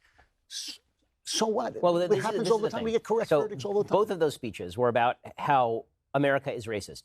Again, where is the racial component of that's another? Where is it? Like, has anyone yet provided the shred of evidence to suggest that it was a racial killing? I wasn't even. None. And then not only that, you have Joe Biden out there saying that America's police, all of our systems are actually systemically racist. That if you're a black person in America, you should feel an existential risk just by living your life. You could be killed at any moment. But also, most cops are good. I don't believe you. I don't believe that that's what you think about cops. Yeah. If what you think is that because these two are they're mutually exclusive positions. If most cops are wonderful, good people, and only a few are bad apples, then how can you argue that the system of policing is so fundamentally broken that black people are walking around in mortal fear for their lives every single day? Look, it's not that I'm clairvoyant when I said what exactly they would say. It's that their agenda is perfectly clear. Yeah. And it's always the same, which is let us take a data point. The data point may not fit our narrative, but we'll twist it so that it does fit our narrative, right? We won't actually have to show evidence that it was a racial killing, but we'll say that it was a racial killing because then it fits our narrative. And then we take that racial narrative and then we blow it up so that it is all-encompassing. It is the narrative of all of America. And then if you just give us more power, then we will fix it for you. But don't worry, because here's the thing. We'll never reach the promised land. We will always be Moses on the mountaintop gazing over at the promised land, but we will never reach it. It's like Zeno's paradox. The closer we get to paradise, we're never going to reach paradise, which means if you just keep incrementally giving us power, then at least we're moving in the right direction. There's no mission accomplished here at any point. Now, listen, I think that life is about there never being a mission accomplished banner, because there's really never a mission accomplished banner in life. Yeah. But you have to at least have some metric when you suggest that massive power is to be shifted from the individual to the federal government. You have to have some metric of success that you can demonstrate. And there is no metric of success that they can demonstrate along anywhere here. There has to be no room for hate in the heart of any American. Yeah. That's what he said. That's what he said. And I mean, first of all, hatred is a perfectly reasonable emotion to show in some cases. And part of what defines us is what we hate. There's always going to be sinful hate. There's always going to be wrongful hate in America and everywhere else. So you can never part and parcel of the redefinition of humanity. That if you redefine all the systems of the government, if you redefine all the systems and institutions under which we live, you will remake human beings into pure angels. And that's endemic to everything that they're saying. Yeah. The funny thing is pure angels have hate. Here's some member questions. Do y'all think they're letting riots go on to create a crisis that they'll solve with nationalized police? Can this go hand in hand with defunding local police and passing gun control to finally create a totalitarian federal government? That is what I think they want, is they want federal police. They do not like the fact that the police are responsible to the community. Obama was doing that town after town, was forcing them into federal oversight. Yep. And every time he did it, crime went up because the rules of engagement became so absurd. Local policing is one of the great things that America has. The fact that you have if you live in Nashville, you have the Nashville police. They know the community. They're responsible to the community. The federal government hates that. They hate people. They hate the people. They hate the people. They do not trust the people. They don't respect the people. They think the people should not be making their own decisions. They think the problem, the endemic racism, is not in the government. It's not in the system of government. It is in the people. They do not like the very idea. When you talk about individuals, they hate that. They hate the idea that we are a mass of individuals, each with his own desire to make our lives better, which is what powers America, what's made America great. This, by the way, is the next great conflict. And they just despise it. The next great conflict is going to be federal-state. Right, because the goal of the Democrats right now is to federalize all the things. Yeah. Right, it's not just about federalizing police forces, which is barred by the Posse Comitatus Act, and you can't do it legally. But what it really more than that is about, they're trying to federalize all voting procedure. That's right. They want literally everything run at the top level, so they can remove all power from the states to provide any sort of barrier to what it is that they would like to do in reshaping all of America. Which is why you're seeing governors increasingly in red states say, listen, you can pass whatever laws you want. We're not helping you enforce them. Yep. And the last bailout bill forbids states to raise taxes, basically. Cutting taxes, cut taxes. Cut taxes. You talk about they hate the people that they're leading, and you find this in the cities too. The people running the cities despise those cities and despise the people in it, which is, you can't lead something that you hate. And I mean, a really absurd example that everyone laughed about because it was hilarious, but also really disturbing is, I forget which city it was, but there was some mayor of a city, maybe it was in South Carolina, where she wrote this weird poem comparing her city to a rapist. And it's Charlottesville. Right, Charlottesville. And it's funny because it's so absurd, but also you're the mayor of the city, and this is what you think of your city that you lead. It's just, there's no way to lead something that you hate. This is also what I was saying about the revolution from inside the institutions, right? This is what they've actually realized now, is that it used to be the revolutionaries were against the people who wanted to use the institutions for change. Right. This is the conflict between the radicals and like the LBJ administration, for example. And now they've realized, what if it's just perpetual revolution from the inside? What if we just take over the institutions from the inside and we use those for the perpetual revolution? Because there is something odd about watching Joe Biden, a creature of government, for his entire adult life. Yeah. A person who's been in Washington, D.C. on the taxpayer dime for his entire adult life. Since before he was constitutionally old enough to serve. Correct. That's right. And there's something weird about that guy talking about the systems of American racism and how they're deeply embedded. And that guy's been in Congress since 15 years before I was born. I mean, he's been there forever. And yet he's capable of doing this work because he's going to shift the institutions into instruments of the revolution. So another member question. Do you think that Biden and Kamala actually believe their lies, or are they so engrossed in pushing their narrative that they're just fine with completely lying to the American people? Matt? I don't think Biden believes anything, really. I think part of that is a function of the fact that he's been in government forever, so he's just been... you can't survive in government for that long and have any real conviction. You have to be totally emptied of any personal convictions at all. And also, he's half senile, which he is, clearly. As far as Kamala, I think it's the same thing, but they don't... We were talking about this off there. Do they... When they talk about George Floyd and how they're still mourning him after all this time, do the people saying that, Joe Biden, Nancy Pelosi, Kamala Harris, do they really feel that inside their hearts? So are they personally, a year later, still in mourning over this guy they didn't even know? Sure. It's hard to believe. I don't think they do, but a lot of the people in the streets are indoctrinated, so for them it's real. To quote a very famous politician, what is truth? Pontius Pilate. Pontius Pilate is a cynic, so he says, what is truth? It's not that he's pushing lies. He just doesn't care about the truth. And he is, in some ways, the archetypal politician, because politicians generally are focused on their interests and are not so concerned with eternal truths. And this is especially true of the left, which even at the intellectual level very often denies objective truth. This is so much what the upheavals of especially the 1960s and 70s were about, is denying that there's anything permanently true, that it's all just social constructs. This is a sort of cosmic accident. And so ultimately, what does politics come down to? It comes down to constructing a narrative that may or may not have any relationship to reality. In so doing, through this act of redefinition and narrative, changing the reality and therefore forcing our will on people as a brute interest group. I think Kamala and Joe absolutely believe that, and I think they're doing a very good job at it. Next question. Why is the President of the United States and the Vice President of the United States, why are they giving a statement at the end of a trial as if it affects the nation in any way?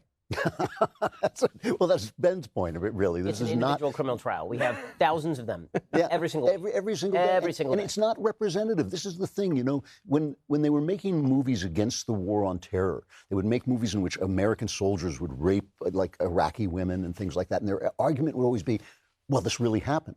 And you'd think, okay, it really happened, but was it representative? There were 200,000 troops over there. If one guy does a bad thing, is that representative of what the military is actually doing? Is that the war story, the only war story you're going to tell? This is the game the left is constantly playing now, right? Which is they take a piece of anecdotal data. It doesn't even have to back really what they're saying. And then they just spin it into whatever they want it to be. Right. And then they say, this piece of anecdotal data is evidence of the entire system, right? This is, by the way, is every Ta-Nehisi Coates column for the last 10 years, right? Here's something bad that happened in 1890 in Tuscaloosa. And it was really, really bad. Yeah. And now if you fast forward 130 years, nothing has changed. Yeah. And you're like, well, some things happened between 1890 and now. Like a few things happened, it seems like. I even love this on the alt-right when they're like, what about the USS Liberty being bombed by the Israelis in the 1960s? Yeah, what about the British burning down the White House? What are we talking about? When you don't provide any data, there was a wonderful piece, and when I say wonderful, I mean horrific piece, in the Washington Post by a columnist, and there was one line in it that just struck me forcibly. She was talking about how she feels as a black woman in America dealing with the police and looking at all these tapes, and she was talking about how terrifying it is to deal with the police and the threat of the police. She didn't have any actual anecdotal even experiences personally with her bad experiences with the police. But at one point she says, statistically, it would seem statistically that I'm more likely to be shot by a police officer than a crackhead. Now, normally a sentence like that is followed by, a statistic. It would seem statistically. I mean, the word statistically usually conveys some sort of statistical information. No, it was just the end of a parenthesis, move on with the story. Because there is no statistic by which you are more likely to be shot by a cop than a crackhead. Who said on Twitter this week, a black person has a 50-50 shot? Chelsea Handler. Chelsea Handler said 50-50 shot of being shot by the cops. Of course, there's no statistical reality there. Some of this goes back to a book that's come up, we've talked about before on Backstage, Rise and Triumph of the Modern Self. And he talks about the birth of psychological man, and that's what we are. If something seems psychologically to be true, if it seems true to you, then that's all that matters. The statistics don't play into it. So the terrible thing about that is that's what racists tell me too. When people who don't like black people will say to me, well, in my experience, this has happened and that's happened. You go like, well, maybe that's not the whole world. But they say the same thing. It's my lived experience. How can you argue? Getting back, though, to the questioner, I do think we have to correct the questioner because they said, well, why are the president and vice president making a statement now after the trial's over, after it doesn't matter?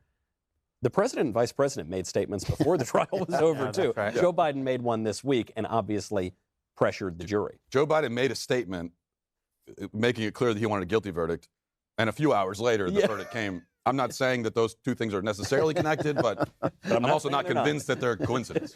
Right. I want to thank everyone for spending time with us on this difficult day for the country. A special thank you to our dailywire.com subscribers who make it possible for us to bring you the show today ad-free. We didn't think it would be appropriate to have ads in an episode where we were dealing with such sensitive subject matter. So a big thank you to our dailywire.com subscribers. You could join them over at dailywire.com.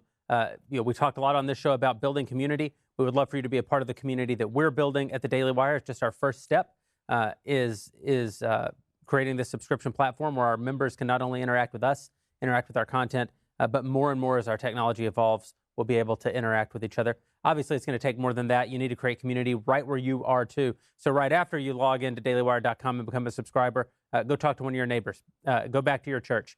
Talk to the people who are actually in your community. Help them be better. Get them to help you be better. We're not going to retake America through politics alone. We're only going to take back America if we deserve her.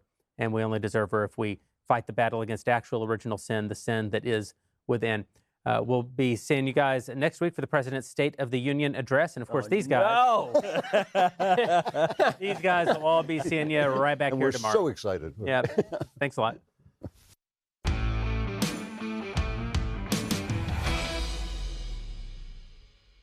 Well, hey there. Now's the time when you hit that like button for me so we can keep smoking cigars and drinking whiskey for your amusement. Or, in Ben's case, eating popcorn directly off the floor. He's weird.